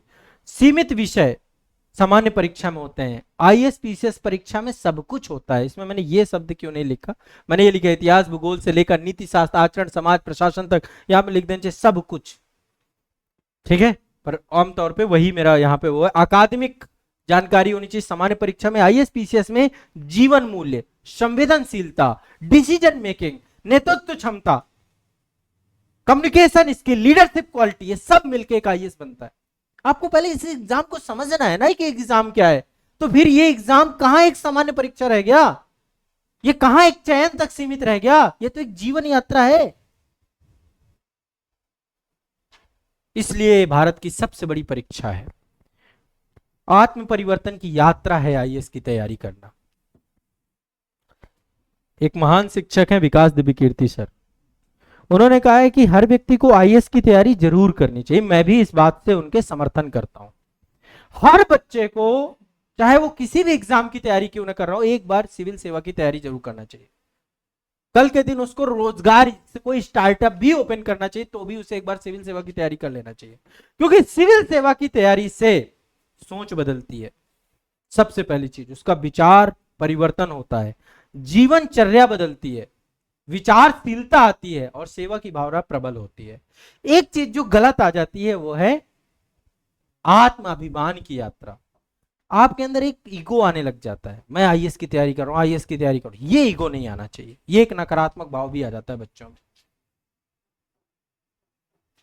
आपने देखा था कोरोना के टाइम पे सरकार ने लॉकडाउन लगाया। लॉकडाउन के दौरान एक वीडियो वायरल हुआ जिसमें एक बच्ची थी, वो बिना मास्क के बैठी थी, गाड़ी उसके परिवार का एक सदस्य चला रहा था, उसके शायद हस्बैंड ही थे, और उसने कहा मैंने आईएएस की तैयारी की है, मुझे कैसे आप बता सकते हो, ये कर सकते हो, मैं मेंस लिख चुकी हूँ इतनी बार। ये गलत बात है। यहाँ पे कभी भी जब भी देखो, सिविल सर्विसेज एस्पिरेंट हो, अभी बने नहीं हो आईएएस है, आप इस यात्रा में विनम्रता का भाव लाइए। कभी किसी पुलिस वाले से, कभी किसी व्यक्ति से अपने आप को ऊपर मत दिखाइए, अभी तो केवल आप तैयारी कर रहे हो, विनम्र हो जाइए। ये भाव आना चाहिए। ये तैयारी विनम्रता सिखाती है, ये आपके अंदर ईगो नहीं। कहीं भी कोई भी बात हो रही है, बात करके लगे एक अधिकारी से बात हो रही, वो गुण दिखे। अभिमान का भाव अधिकारी का नहीं होता, उसके अर्दली का होता है। कभी आप अफसर से मिलिए, बहुत शांत, बहुत सुकून, ऐसा लगे चेहरे में एक शांति है। क्यों? वो शांति इसलिए नहीं, पद की नहीं है। आपको लगता है ना कि अधिकारी सुनते नहीं है, जो बड़ा अधिकारी, बड़ा ऑफिसर होगा, बहुत संयम से सुनेगा, आपकी बात सुनेगा, आपको बात समझेगा, आपको मात तो देगा। वो भाव आप भी लाइए अपने अंदर। यदि अभी प्रिपरेशन ही करो, ये बच्चा इस गलती से बहुत बहकता है, वो ज्ञानची बन जाता है, हर बात में कहता है मैं बताऊंगा, आता नहीं है कुछ, एक फेक डिबेट का हिस्सा बन जाता है बच्चा, ना आते हुए भी। मैं इसीलिए कहता हूं कि भारत में अभी जो लोग आईएएस की तैयारी कर रहे हैं, उसमें से 85% लोग अफवाह फैला रहे हैं कि वो आईएएस की तैयारी कर रहे हैं। अफवाह फैलाना एक अलग चीज है, तैयारी करके पहले तो पूरे संयमित तरीके से तैयारी करिए, फिर वो भाव लाइए। भाव है विनम्रता का, झुक जाइए। एक पेड़ में जब फल लगते हैं, जब आपके अंदर ज्ञान आता है, ज्ञान के बाद आपकी भावना क्या होनी चाहिए, मेरे को तो कुछ नहीं आता। अभी आपने देखा आपस में संत लड़ गए हमारे देश में, अभी टीचर लड़ गए थे, आपस में टीचर लड़ गए इस देश में, हैं? नेता लड़ते देखा हमने, हैं? सब आपस में टीचर लड़ गए, हम ही लोग आपस में लड़ गए। तू गलत है, तू गलत है, तूने रील बना दी, तूने ये कर दिया, तुमने ये कर दिया, तुमने वो कर दिया।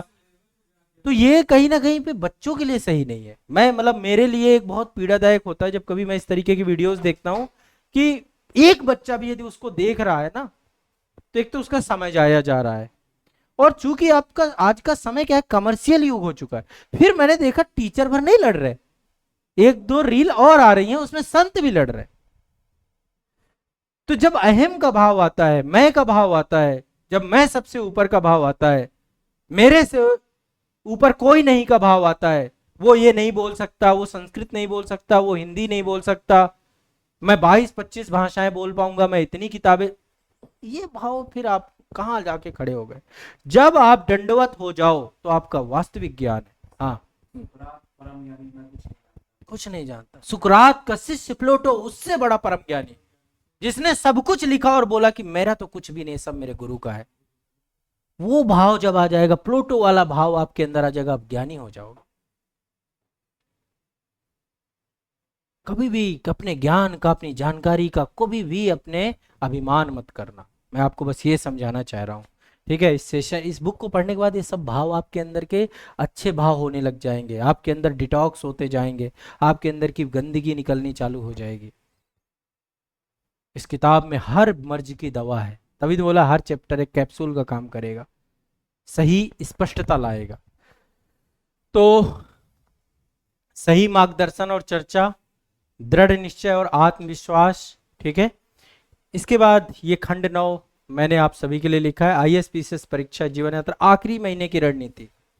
लास्ट महीने में बच्चों को क्या करना चाहिए, एग्जामिनेशन हॉल में कैसे रहें संतुलित, रियल लाइफ एग्जाम्पल कुछ मैंने डाले हैं। अभी मैं मतलब अब चूंकि ये बुक आई है तो मैं उन लोगों से मिलने का भी प्रयास करूंगा, मिलने के बाद उन लोगों के इंटरव्यू भी लिए जाएंगे, फिर वो बुक की कुछ स्टोरियां डाली भी जाएंगी। मैं चाह रहा था ये किताब में मैंने मतलब आपको बता ही देता हूँ, मैंने अपने बच्चे जो संस्था से सिलेक्ट हुए हैं उनको मैसेज किया एक दिन, ऐसे ही एक ग्रुप है और इसके बाद पर्सनली सब कनेक्टेड ही है व्हाट्सएप से, ऐसे मैसेज किया, हेलो। मैं क्या चाह रहा था, इस किताब में वो अपना एक पेज जोड़ दें, अपनी कोई बात की इस किताब के बारे में। फिर मुझे लगा नहीं, हेलो के बाद उन्होंने कहा जी सर कैसे हैं बताइए। उसके बाद मैंने अभी तक रिप्लाई ही नहीं किया कुछ, क्योंकि आगे हिम्मत ही नहीं जुटा पाया मैं। तो मैं चाहता हूं ये किताब अब वो पढ़ें, पढ़ने के बाद फीडबैक दें। अभी किताब पढ़ने के बाद फिर मैं उन्हें बुलाऊंगा, फिर उनकी भी अनुभव सारी चीजें, क्योंकि मैं ये बुक मेरे लिए शिखर के लिए नहीं है उतनी ज्यादा, शून्य के लिए किताब है, शुरुआत शून्य के लिए, इसलिए मैं शिखर को बहुत ज्यादा, इसलिए मैंने अब इसमें मैं अभी फेलियर बच्चे लाऊंगा जो 10 साल 15 साल जिन्होंने टाइम दिया, 10 पीटी 15 ऐसे बच्चे भी मैंने बहुत सर्च किए हैं, उनके भी इंटरव्यू लाऊंगा, इस किताब में भी लिखूंगा और कुछ सेशन भी दूंगा, मैं उन्हें पकड़ूंगा। जिस पे एक पर्सन से मुलाकात किया था, मिश्रा जी हैं सुल्तानपुर के, इसमें उनकी 38 साल एज हो चुकी है। तो देख के लगता है कि सर धैर्य की प्रवासी ऊपर से, मतलब इतना गजब का जब बात करते हैं, नॉलेज, शब्दों का चयन, बात करने के बाद मेंस भी उन्होंने यूपीपीसीएस का दिया, आरओ उनका क्वालिफाई हुआ, लेकिन मतलब 38 साल तक धैर्य से प्रिपरेशन करना, विदाउट शादी, बिना उनका कोई इच्छा तो बहुत सारी होती है, उन्होंने सब कुछ छोड़ दिया, सब कुछ छोड़ के बैठे हुए लेकिन बच्चे। जब हम देखते हैं सर इतना संसाधन हमारे पास उपलब्ध हो, ये भी बोले कि 10 लाख रुपए दे रहे हैं, जाओ केवल प्रिपरेशन करो, हमारे पास पेशेंस ही नहीं है सर। अभी इस बीच में मैंने एक बच्चे का इंटरव्यू देखा, जब एसएससी का आंदोलन चल रहा था, एक बच्चा था, आप लोगों ने शायद देखा, ललन टॉप में वो वीडियो आया, और उस बच्चे का जब मैंने, उसने बताया बहुत सारी अपनी यात्रा, आप लोगों ने देखा है कि नहीं देखा, तो वो एक बच्चे की कहानी नहीं है, ऐसे लाखों लोग हैं आप जिनसे मिले हैं, वो एक अकेले नहीं है, ऐसी बहुत लंबी श्रृंखला है जो तप कर रहे हैं, साधना में विरत है, उन्होंने इसी को सब कुछ मान लिया है, इसी में पूरा समय, हर पल हर क्षण पूर्ण समर्पित कर दिया है। अभी मिले तो सही, ना मिले तो इसका दुर्भाग्य, ना मिले तो आयोग ने जो चयन नहीं किया उसकी क्षति, उस बच्चे का कुछ नहीं जाएगा, उसने तो अपना सर्वस्व समर्पण कर दिया, सब कुछ दे दिया, आत्मा तक दे दी। जिद करते हैं सर, मुझे उनको देख के लगा कोई डिजर्व करते हैं इसको। समय, परिस्थिति, बहुत सारी चीजें हैं, अब वो चीजें इस चैप्टर में मैंने लक वगैरह नहीं डाला है, बट प्रैक्टिकली बहुत सारे लोग डिजर्व करते हैं, आज तक बन नहीं पाए। 61 नंबर चैप्टर, आप अपने बारे में सबसे ज्यादा जानते हैं। सब कुछ मैंने लिखने के बाद भी सब कुछ आपके ऊपर छोड़ा है। 61 नंबर आपके आत्मविश्वास को बढ़ा देगा। सिविल सेवा की यात्रा में सबसे बड़ा गुरु आपका आत्मविश्वास और आत्मज्ञान है। स्वानुभूति, सेल्फ अवेयरनेस, इसमें एक चैप्टर का, तो 61 नंबर ओपन करिएगा, उसमें एक लिखा है स्वानुभूति। आपको खुद पता होता है आप कब थक चुके हैं, किस विषय से डर लगता है, किस टॉपिक में आपका ग्रिप अच्छा है, कब मन भटकता है, कब एकाग्र होता है। कोई कोचिंग, कोई गाइड, कोई किताब उतना नहीं जानती जितना आप खुद को। लेकिन यह आत्मज्ञान तभी काम आता है जब आप ईमानदारी से सवाल करें, क्या मैं सच में इस समय पढ़ रहा हूं या सिर्फ दिखा रहा हूं। कुछ कड़ू सवाल लगेंगे आपको, तकलीफें होंगी, ये किताब इतना आसानी से आपको हजम नहीं होगी, इसमें मैंने तड़के भी डाले हैं, मिर्च भी मिलेगी। क्या मैं रोज बेहतर हो रहा हूं या केवल दिन काट रहा हूं। ऐसी भी संख्या है बच्चों की, दिन काट रहे हैं, घर से पैसा आ रहा है, घर वालों को झूठ बोल रहे हैं, दिन काट रहे हैं। एक बच्चा था, चलो मैं रियल स्टोरी आपको बताता हूं, उस बच्चे को चूंकि मैंने पकड़ा। एक बच्चा था, संस्था का पढ़ रहा था वो, और वो बच्चा 5 साल हो चुके थे उसको, बहुत नामी गिरामी कोचिंग में उसने अच्छा 1.5-2 लाख 3 लाख रुपए, आप समझ सकते हैं, इतना खर्च करके उसने पढ़ाई की। घर वालों को बताया कि इस बार इंटरव्यू दे रहा हूं, ठीक है, रिजल्ट फाइनली नहीं होता था उसका, 4 इंटरव्यू दे चुका था वो घर वालों की नजरों में। एक बार क्या हुआ, जो 5वां इंटरव्यू था, मेरे पास फोन आ गया उसके गार्जियन का कि सर बच्चा इंटरव्यू दे रहा है, ध्यान दीजिएगा आप, 4 बार नहीं हुए, अब आप कम से कम कुछ करिए, क्या गड़बड़ है क्या नहीं गड़बड़ है। मैंने कहा यार इंटरव्यू दे रहा है और गार्जियन का फोन यदि आया है इतने भरोसे के साथ, इतने विश्वास के साथ, तो मैं एक काम करता हूं कि उस बच्चे से मिल लेता हूं। मैं मिलने गया, उसकी हालत देखी, रूम की हालत, मैंने उससे पूछा कब से नहीं नहाए हो? दाढ़ी बड़ी बड़ी, कब से नहीं नहाए हो? खाना वाना खाया है? पैसे वैसे आ रहे हैं घर से? क्यों झूठ बोल रहे हो? बस इतना बोला, रो पड़ा, लिपट गया, रोने लगा। मैंने कहा क्यों झूठ बोल रहा है? बोला सर कहीं जॉब लगवा दो, बहुत कर्जा हो गया मेरे ऊपर। पिताजी सामान्य किसान थे। मैंने कहा क्यों झूठ बोल रहे हो, इसका जवाब दो। कितने इंटरव्यू दिए? जीरो। कितने मेंस लिखे? जीरो। कितने प्रीलिम्स क्वालिफाई किए? जीरो। टाइम काट रहे हो यहाँ पे, कब तक काटोगे? कब तक असत्य पकड़ा जाएगा? यदि एक भी दिया हो तो रिजल्ट दिखाओ भाई मुझे। फपक के रोया, सर गलती पड़ गई। मैंने कहा गलती का प्रायश्चित नहीं है बेटा, अब क्या मुंह दिखाओगे घर वालों को? संदीप भैया को देखा है आपने? एक वेब सीरीज आई है एस्पिरेंट करके, संदीप भैया भी अपने फादर को बोल देते हैं कि बापू हो गया इस बार मेरा। वो मोमेंटम देखा, जब बापू आते हैं, उसके पिता आते हैं और आने के बाद वो मोमेंटम, वो कहते हैं अरे समय नहीं काटना है। इस किताब का चैप्टर नंबर 61 आपको वो चीज सिखाएगा कि आप अपने प्रति ईमानदार बनिए। वो क्वेश्चन करेगा, इस चैप्टर नंबर 61 में वो पावर है, इसलिए इस पावर का सदुपयोग करिएगा, काम करेगा आपके लिए, ईमानदार बनाएगा आपको ये चैप्टर। मैंने यहाँ पे एक बात लिखी है, एक अच्छा विद्यार्थी वही होता है जो हर दिन खुद का मूल्यांकन करता है, हर रात खुद से बेहतर बनने का संकल्प लेता है।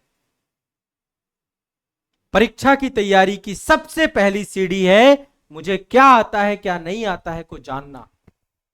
आप इस भ्रम में, आपको पता ही नहीं है कि आपको क्या नहीं आता है, आप एक झूठ में जी रहे हो। उस संवेदना को महसूस करना, ये सब बातें यहाँ पे, हर छात्र की ताकत और कमजोरी अलग अलग होती है। कोई इतिहास में अच्छा होता है, कोई अर्थव्यवस्था में अच्छा होता है। दूसरों की समय सारणी से ज्यादा जरूरी है अपनी समय सारणी, अपनी ऊर्जा, अपने ध्यान की समझ। खुद को आपसे बेहतर कोई नहीं जानता है। यदि इस यात्रा में आपको ऐसा लग रहा है कि आपसे नहीं हो पाए तो हट जाइए इस यात्रा से। शून्य से शिखर तक की यात्रा की दिशा बदल लीजिए, आप दूसरी दिशा में भी जा सकते हैं। जब आप इस बुक को पढ़ोगे झकझोर देगी, सोचने में मजबूर करेगी, और शायद ईमानदार हो जाओ, मैं इतनी गारंटी देता हूं। पढ़ने के बाद तो झूठ नहीं बोल पाओगे। इसमें मैंने स्वाट के बारे में भी लिखा है, अपनी स्ट्रेंथ, अपनी वीकनेस, अपनी अपॉर्चुनिटी और अपने थ्रेट्स को समझना।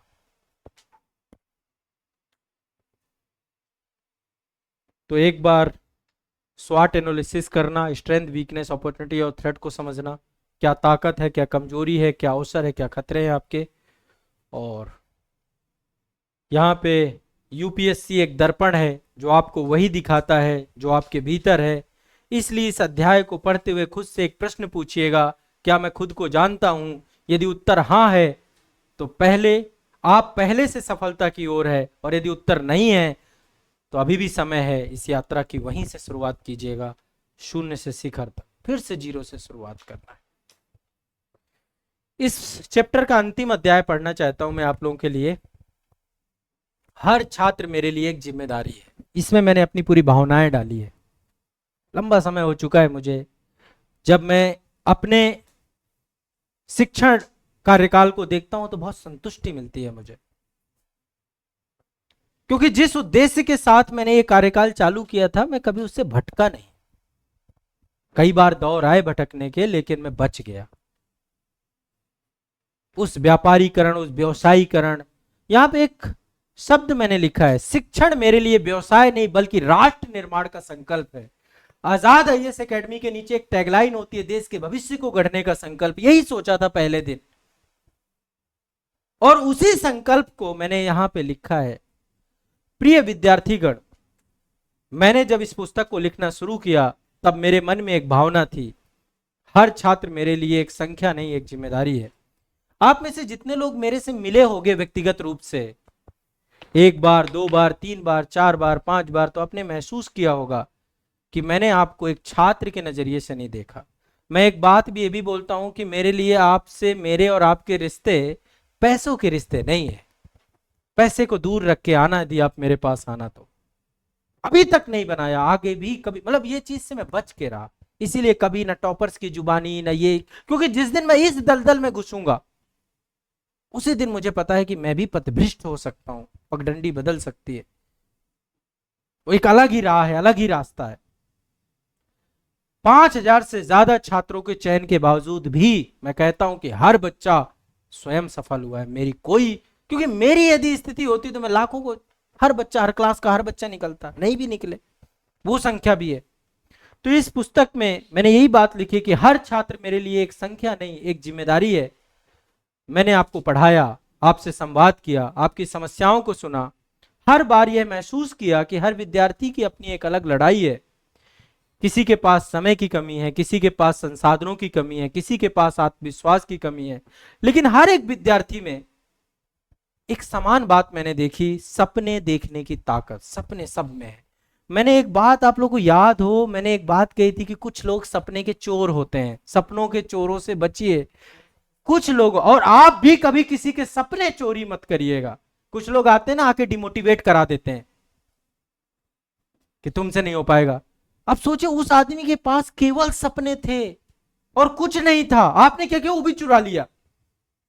तो हर बच्चे में सपने देखने की ताकत होती है। इसलिए इस पुस्तक को लिखते समय मेरा उद्देश्य सिर्फ रणनीति देना नहीं था, बल्कि आपको एक ऐसा मानसिक सहारा देना, रुचिकर दिशा देना, व्यवहारिक साथ देना, जो परीक्षा की इस यात्रा में आपका सच्चा मित्र बन सके। आप अकेले नहीं हैं, यह यात्रा मेरी भी है। मैं चाहता हूं कि आप अपने सपनों को छोटा ना करें, बल्कि अपने प्रयासों को बड़ा करें। तुलना की जाल से बचें। आपका संघर्ष आपका है। हर सफलता को अनुभव माने, क्योंकि यह तैयारी से परिपक्व बनती है। कौन तैयारी से परिपक्व बनती है? सफलता। परीक्षा को अंत नहीं, एक अवसर समझें। परीक्षा अंत नहीं है, एक अपॉर्चुनिटी है आपके लिए। मिल जाएगी तो ठीक है, नहीं तो कहीं और जाओगे आप। परीक्षा को अंत मान करके मानसिक दबाव और तनाव में रहते हो आप। आपको लगता है बस यही अंत है। थोड़ा सा अपने आप को खोलिए, विस्तारित करिए, संकीर्ण मत बनिए। और अंत में जब आप सफल होंगे तो मैं गर्व से कह सकूंगा, हाँ, यह मेरा छात्र है, मेरी जिम्मेदारी थी। आपका संघर्ष, आपकी ईमानदारी, आपका धैर्य, इनसे बड़ी कोई किताब नहीं है, कोई कोचिंग नहीं है। अगर आप मेहनत और समर्पण से चल पड़े तो आईएएस पीसीएस महज एक पद नहीं रहेगा, वह आपके आत्म संस्कार की पहचान बन जाएगा। आपसे एक वादा कहना चाहता हूं, कभी हार ना मानने का विचार आए, कभी हार मानने का विचार आए तो इस अध्याय को दोहरा लेना, पढ़ लेना। बस ये बातें इसमें सारी लिखी हुई हैं। इसी के साथ ये पुस्तक का समाप्ति हो जाती है। अब मैं चाहता हूं कि इस पुस्तक को पढ़िए, 1 बार, 2 बार, 3 बार। निश्चित तौर पे बहुत मेहनत, बहुत परिश्रम, बहुत लगन, बहुत त्याग, बहुत समर्पण, इन सब के साथ इस पुस्तक का कार्य पूरा हुआ है, मेहनत पूरी हुई है। और आपकी वेबसाइट पर हाँ, काफी सारे बच्चे इस समय ऐप में लाइव हैं और कुछ यूट्यूब में लाइव हैं।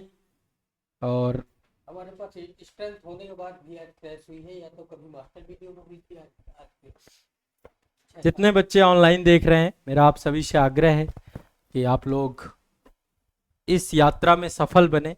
और मेरे लिए आप कभी ऑनलाइन नहीं रहे हैं। मैं हमेशा जब भी क्लास लेता हूं तो ये सोचता हूं कि आप मेरे सामने ऐसे ही बैठे हुए हैं, आप मेरे से संवाद कर रहे हैं। मैं हमेशा कहता हूं कि घर पे बैठो, मेरी क्लास देखो तो लेट के मत देखो, बिस्तर में पड़े मत रहो, सड़े हुए मत रहो, उठो, टेबल चेयर में बैठो और बहुत संयम के साथ एक ऑफलाइन क्लास की तरह देखो। क्योंकि मेरी भावना ये रही है हमेशा कि आप कभी अपने आप को ऐसा महसूस मत करो कि मैं यहाँ से 1000 किलोमीटर दूर बैठ करके क्लास देख रहा हूँ। और जब कभी मौका मिले, आपकी संस्था आपकी है, कभी भी किसी भी टाइम आप कॉल करो, बात करो, आ जाओ, मिल जाओ। हमारा आपका रिश्ता बहुत लंबा है ना, और बड़े लंबे जन्मों से चला रहा है, आगे इस जन्म भी रहेगा, अगले जन्म भी चलेगा।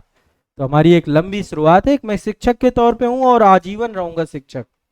मैंने एक बात कही थी आज से कि 10 साल बाद मैं शिक्षण कार्य से आगे अगले चरण में पहुंच जाऊंगा, तो अगला चरण लेखन कार्य का है।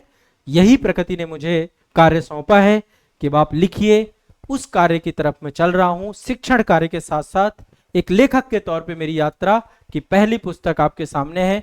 आने वाले समय काल पे हर विषय में, हर सब्जेक्ट में एक बहुत ही शानदार पुस्तक, कंटेंट आपको उपलब्ध कराऊंगा। ये मेरी आत्मा की जो है गवाही है, और समय के साथ आपको चीजें मिलनी चालू हो जाएंगी। हो सकता है थोड़ा लेट हो जाए, मैं ऐसा मान के चलता हूँ। कई बार होता है मेरे साथ कि मैं कोई काम कर रहा हूँ, क्योंकि कोई बहुत बड़ी लंबी टीम नहीं है। इसका ये पेज कवर डिजाइन से लेकर, इस पुस्तक के डिजाइन से लेकर, एक लाइन से लिखने से लेकर, ये डिजाइन से लेकर, आप जो डिजाइन जो कुछ भी देखते हैं हूबहू हर चीज मैंने अपने हाथ से बनाई है। इसलिए मेरे बहुत करीब है। इसमें कोई टीम वर्क नहीं है कि बहुत बड़ी टीम वर्क हो। हर चीज, ये एक एक लाइन मेरे लिए मतलब एक महसूस करने जैसी चीज है। जब कभी आप लोग भी लिखोगे तो आपको शायद वही महसूस हो जैसा मुझे अभी हो रहा है। ठीक है, तो महज किताब नहीं है, ये एक पहचान है, और ये आपकी समस्या का समाधान बनेगी। ऐसी मैं शुभकामनाएं आपको देता हूं। अब आप लोगों को इसको पढ़ना है, समझ में ना आए तो समझना है। वैसे इससे जुड़े हुए हर चैप्टर को मैं लगभग 61 चैप्टर बनेंगे, 61 वीडियो बनाऊंगा मैं, 61 से 62 वीडियो, शून्य से शिखर तक की हर चैप्टर को पीछे लिखने के पीछे की मनसा क्या उस चैप्टर में, इसको हम वीडियो फॉर्मेट पे भी पूरी बुक लेकर आएंगे। और ये सारे वीडियोस आपके आने वाले समय में, हमारा एक चैनल है आजाद पब्लिकेशन, उस चैनल पे आपको हम प्रकाशित करेंगे। आजाद पब्लिकेशन की पहली पुस्तक है जो आजाद पब्लिकेशन से निकली है। इसका पब्लिशर संस्था का पब्लिकेशन है। आज से 6 साल पहले इसकी न्यू पड़ी थी, अब जाकर के इसकी पहली पुस्तक अब आपकी आनी शुरू हो चुकी है। ठीक है, ये पुस्तक की उपलब्धता समग्र भारत में होगी, सभी बड़े बुक डिपोज में होगी जो आपके आसपास होंगे। यदि कहीं ना बुक मिले तो आजाद एकेडमी लर्निंग ऐप में आपको ये बुक मिलेगी। आजाद एकेडमी लर्निंग ऐप, और जो हमारी आजाद पब्लिकेशन की ऑफिशियल वेबसाइट है। आजाद एकेडमी लर्निंग ऐप पे संभवतः ये बुक लग भी गई होगी। बुक वाला सेक्शन है, Google play store, Apple store दोनों पे एप्लीकेशन है। यहाँ पे आपको बुक कभी भी बहुत जो है आपके घर तक पहुंच जाएगी। तो ये किताब आप मंगवाइएगा। आने वाले समय पे ये सारी किताबें पीछे मैंने लिख दी हैं, जो किताब मैं लिख रहा हूँ इनमें से वो किताबें भी समय रहते मिलेगी। अब इस किताब में प्राथमिकता आप दे सकते हो कि कौन सी किताब पहली आनी चाहिए, आप ये भी कर सकते हैं। जैसे अभी मेरी प्राथमिकता में एक तो उत्तर प्रदेश राज्य विशेष की बुक है, जिस किताब को आज से 4 साल पहले मैंने बोला था। 4 साल हो गए क्या, कोरोना के पहले या बाद में? 3 साल हो गए। हाँ, 3 साल पहले बोला था मैंने कि किताब मैं आपको लिए लेकर आऊंगा। वो किताब लिख भी गई पर आ नहीं पाई कभी भी, है ना। तो अब जाकर के वो किताब आपकी मैं सितंबर के माह में अगली किताब जो आपकी आएगी उत्तर प्रदेश राज्य विशेष का समग्र अध्ययन, जिसमें पेपर 5 पेपर 6 फिर स्टेट वाइज आपकी बुक आएंगी। सारी स्टेट पे काम किया है। और इसके बाद आपकी सब्जेक्ट में पहली किताब में लेकर आऊंगा भारतीय राज्य व्यवस्था, Indian polity, international relation. Almost किताबें सब लिख गई, बस ये है कि अभी थोड़ा डिटेलिंग करनी है, कहीं पे कंटेंट अपडेट करना है, करंट अपडेट करना है, तो ये सारा काम होगा। तो अब ये मास्टर बुक सीरीज है, जैसे मास्टर वीडियो सीरीज है वैसे मास्टर बुक सीरीज है। एक एक बुक आपकी ऐड होती चली जाएगी। हर बुक में मैं आपको पहले सूचना दूंगा, आप में से जो भी आएंगे आप ही लोगों के माध्यम से बुक का अनावरण होगा। और आने वाले समय में किताबों में हम कुछ सफल विद्यार्थी भी बुलाएंगे आने वाले समय में, ताकि आपको उनसे भी कुछ प्रेरणा मिल सके। तो अब ये सिलसिला चालू है, एक नया अध्याय है मेरे जीवन का, नया अध्याय। जो बात मैं आज से 10 साल पहले कहता था कि 30 साल की उम्र के बाद मैं कुछ नया करूंगा, तो उस नयापन में यही नयापन है।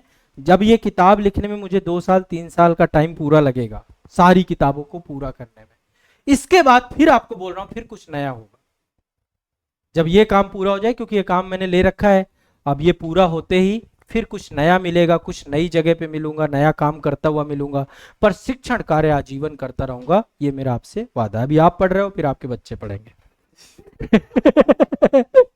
हाँ, बुढ़ापे में भी हम पढ़ाते हुए आपको मिलेंगे, जब हमारे बाल वाल नहीं रह जाएंगे तब भी। ये भी विकास दिया है, बोले सर पहली बार मिला था तो बाल बहुत थे। मैंने कहा कुछ इस पुस्तक की तरह है, ऐसे थे। फिर बोले सर इस बार बाल कुछ कम हो गए। मैंने कहा ये तो सतत यात्रा है, शून्य से शिखर तक की यात्रा है, शिखर धीरे धीरे। हाँ, 18 में आए थे आप, हम पहले आजाद पार्क में मिले थे, कि आप उससे पहले भी आए थे? उससे पहले आप गाजियाबाद गए थे। पार्क वाला 19 में था।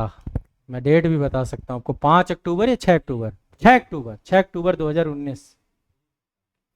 वो पार्क वाला भी ऐसे ही, मतलब मेरे साथ क्या है, सब चीज़ें अनायास होती है। अचानक से प्रेरणा आई कि बस ऐसे ही प्रयागराज जाना है, बच्चों से मिलना है।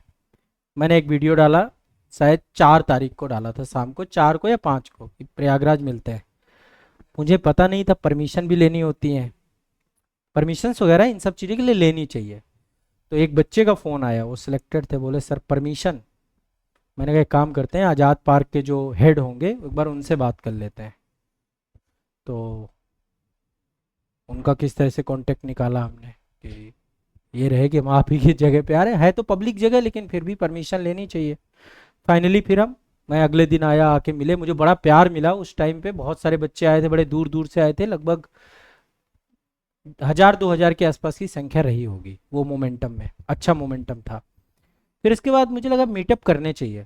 फिर शायद आपको पता हो कोविड चल रहा था, कोविड के टाइम पे पटना मीटअप गए हम। पटना में भी ऐसे ही हो गया वहाँ के। फिर हमने परमिशन ली बाकायदा, वहाँ पे जो जिलाधिकारी महोदय उन्होंने परमिट किया।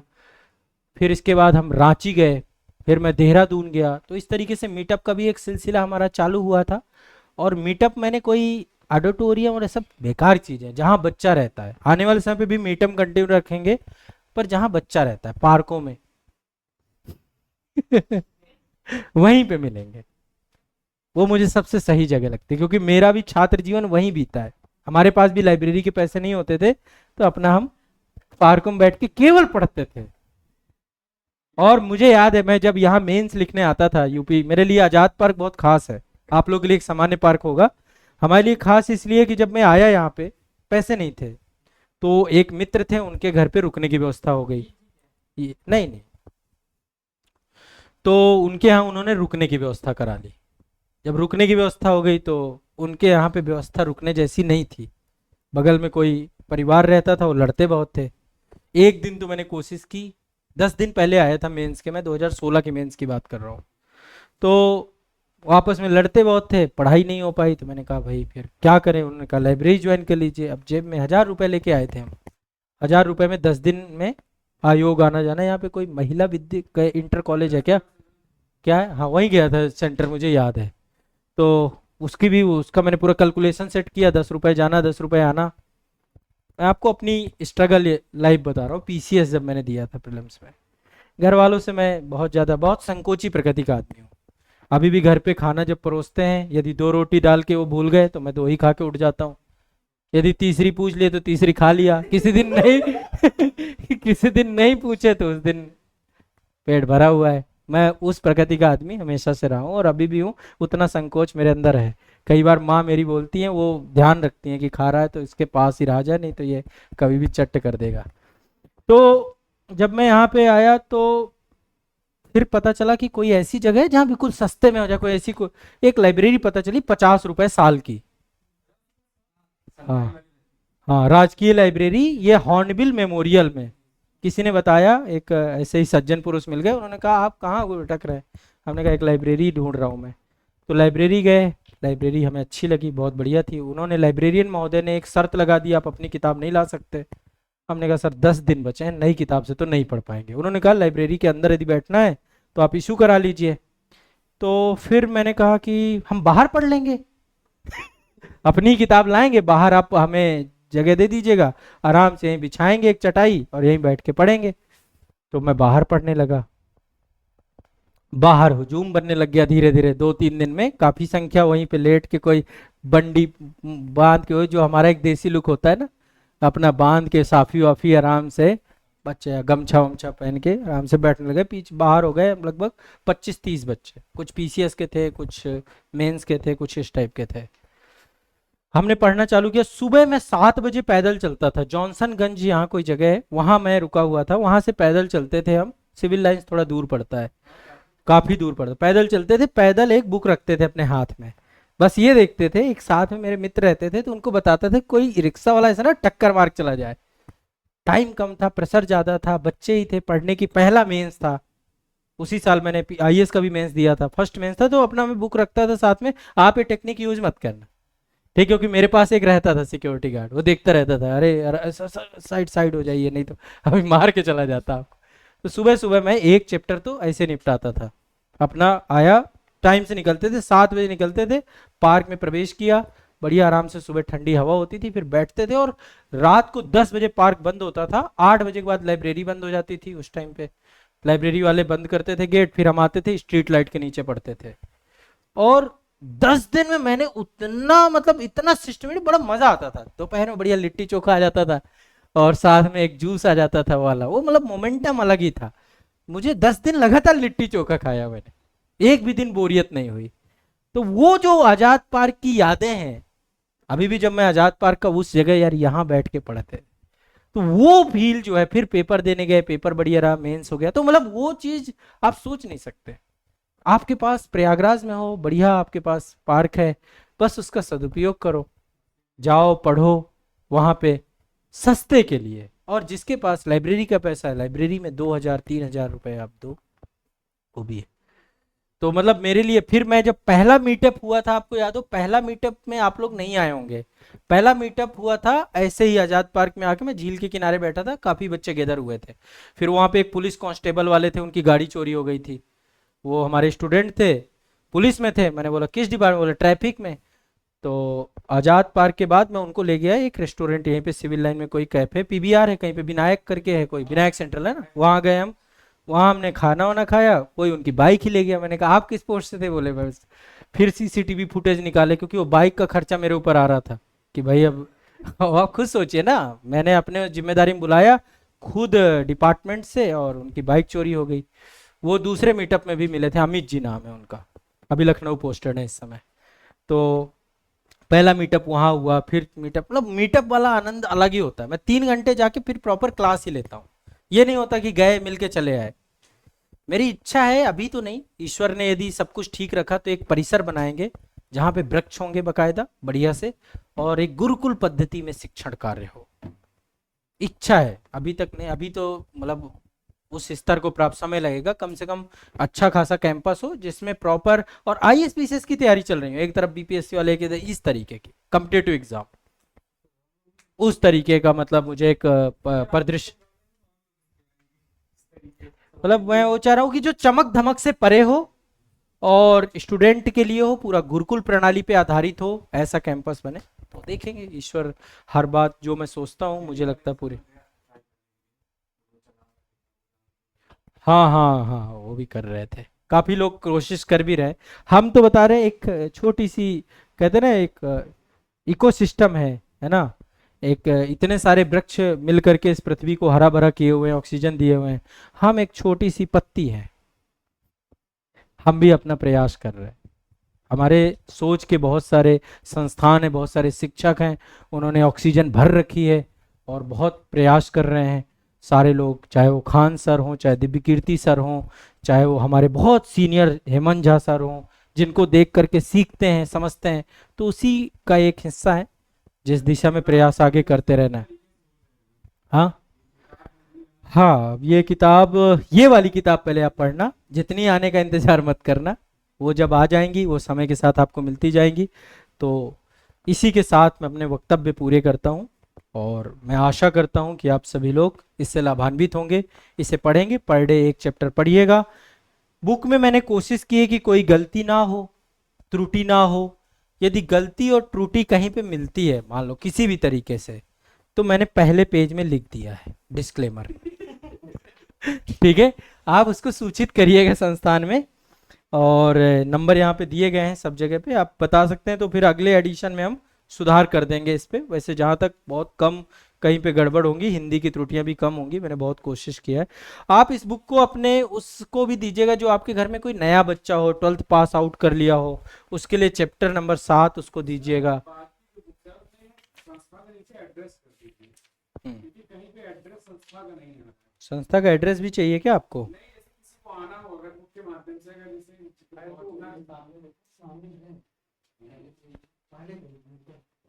बता दिए, प्रकाशक देखिए, जहां जो चीज होनी चाहिए वहां पे है। ठीक है, मोबाइल है ना, मोबाइल पे बात करें। एड्रेस हमारे अंदर पड़ेगा, अभी तो मोबाइल पे पूछ दे के ठीक है, तो इसी के साथ सेशन को समाप्त करते हैं। ऑनलाइन वाले भी जितने बच्चे हैं, अच्छा बीपीएससी वाले जितने भी छात्र हैं, अभी आप लोगों को मैं मेंटरशिप आज लॉन्च करूंगा। 10 दिन बचे हैं, 10 दिन का ही प्रोग्राम रहेगा वो, तो आज मैं लॉन्च कर दूंगा। विष्णुदेव कुमार जी, आपको मैंने प्रॉमिस किया था 100% आ जाएगा, ठीक है। फ्लिपकार्ट में मिले, आज़ाद एकेडमी लर्निंग ऐप पे अभी आपको मिल जाएगा। अमेजॉन फ्लिपकार्ट में जब मिलना चालू होगा तब मैं सूचित कर दूंगा।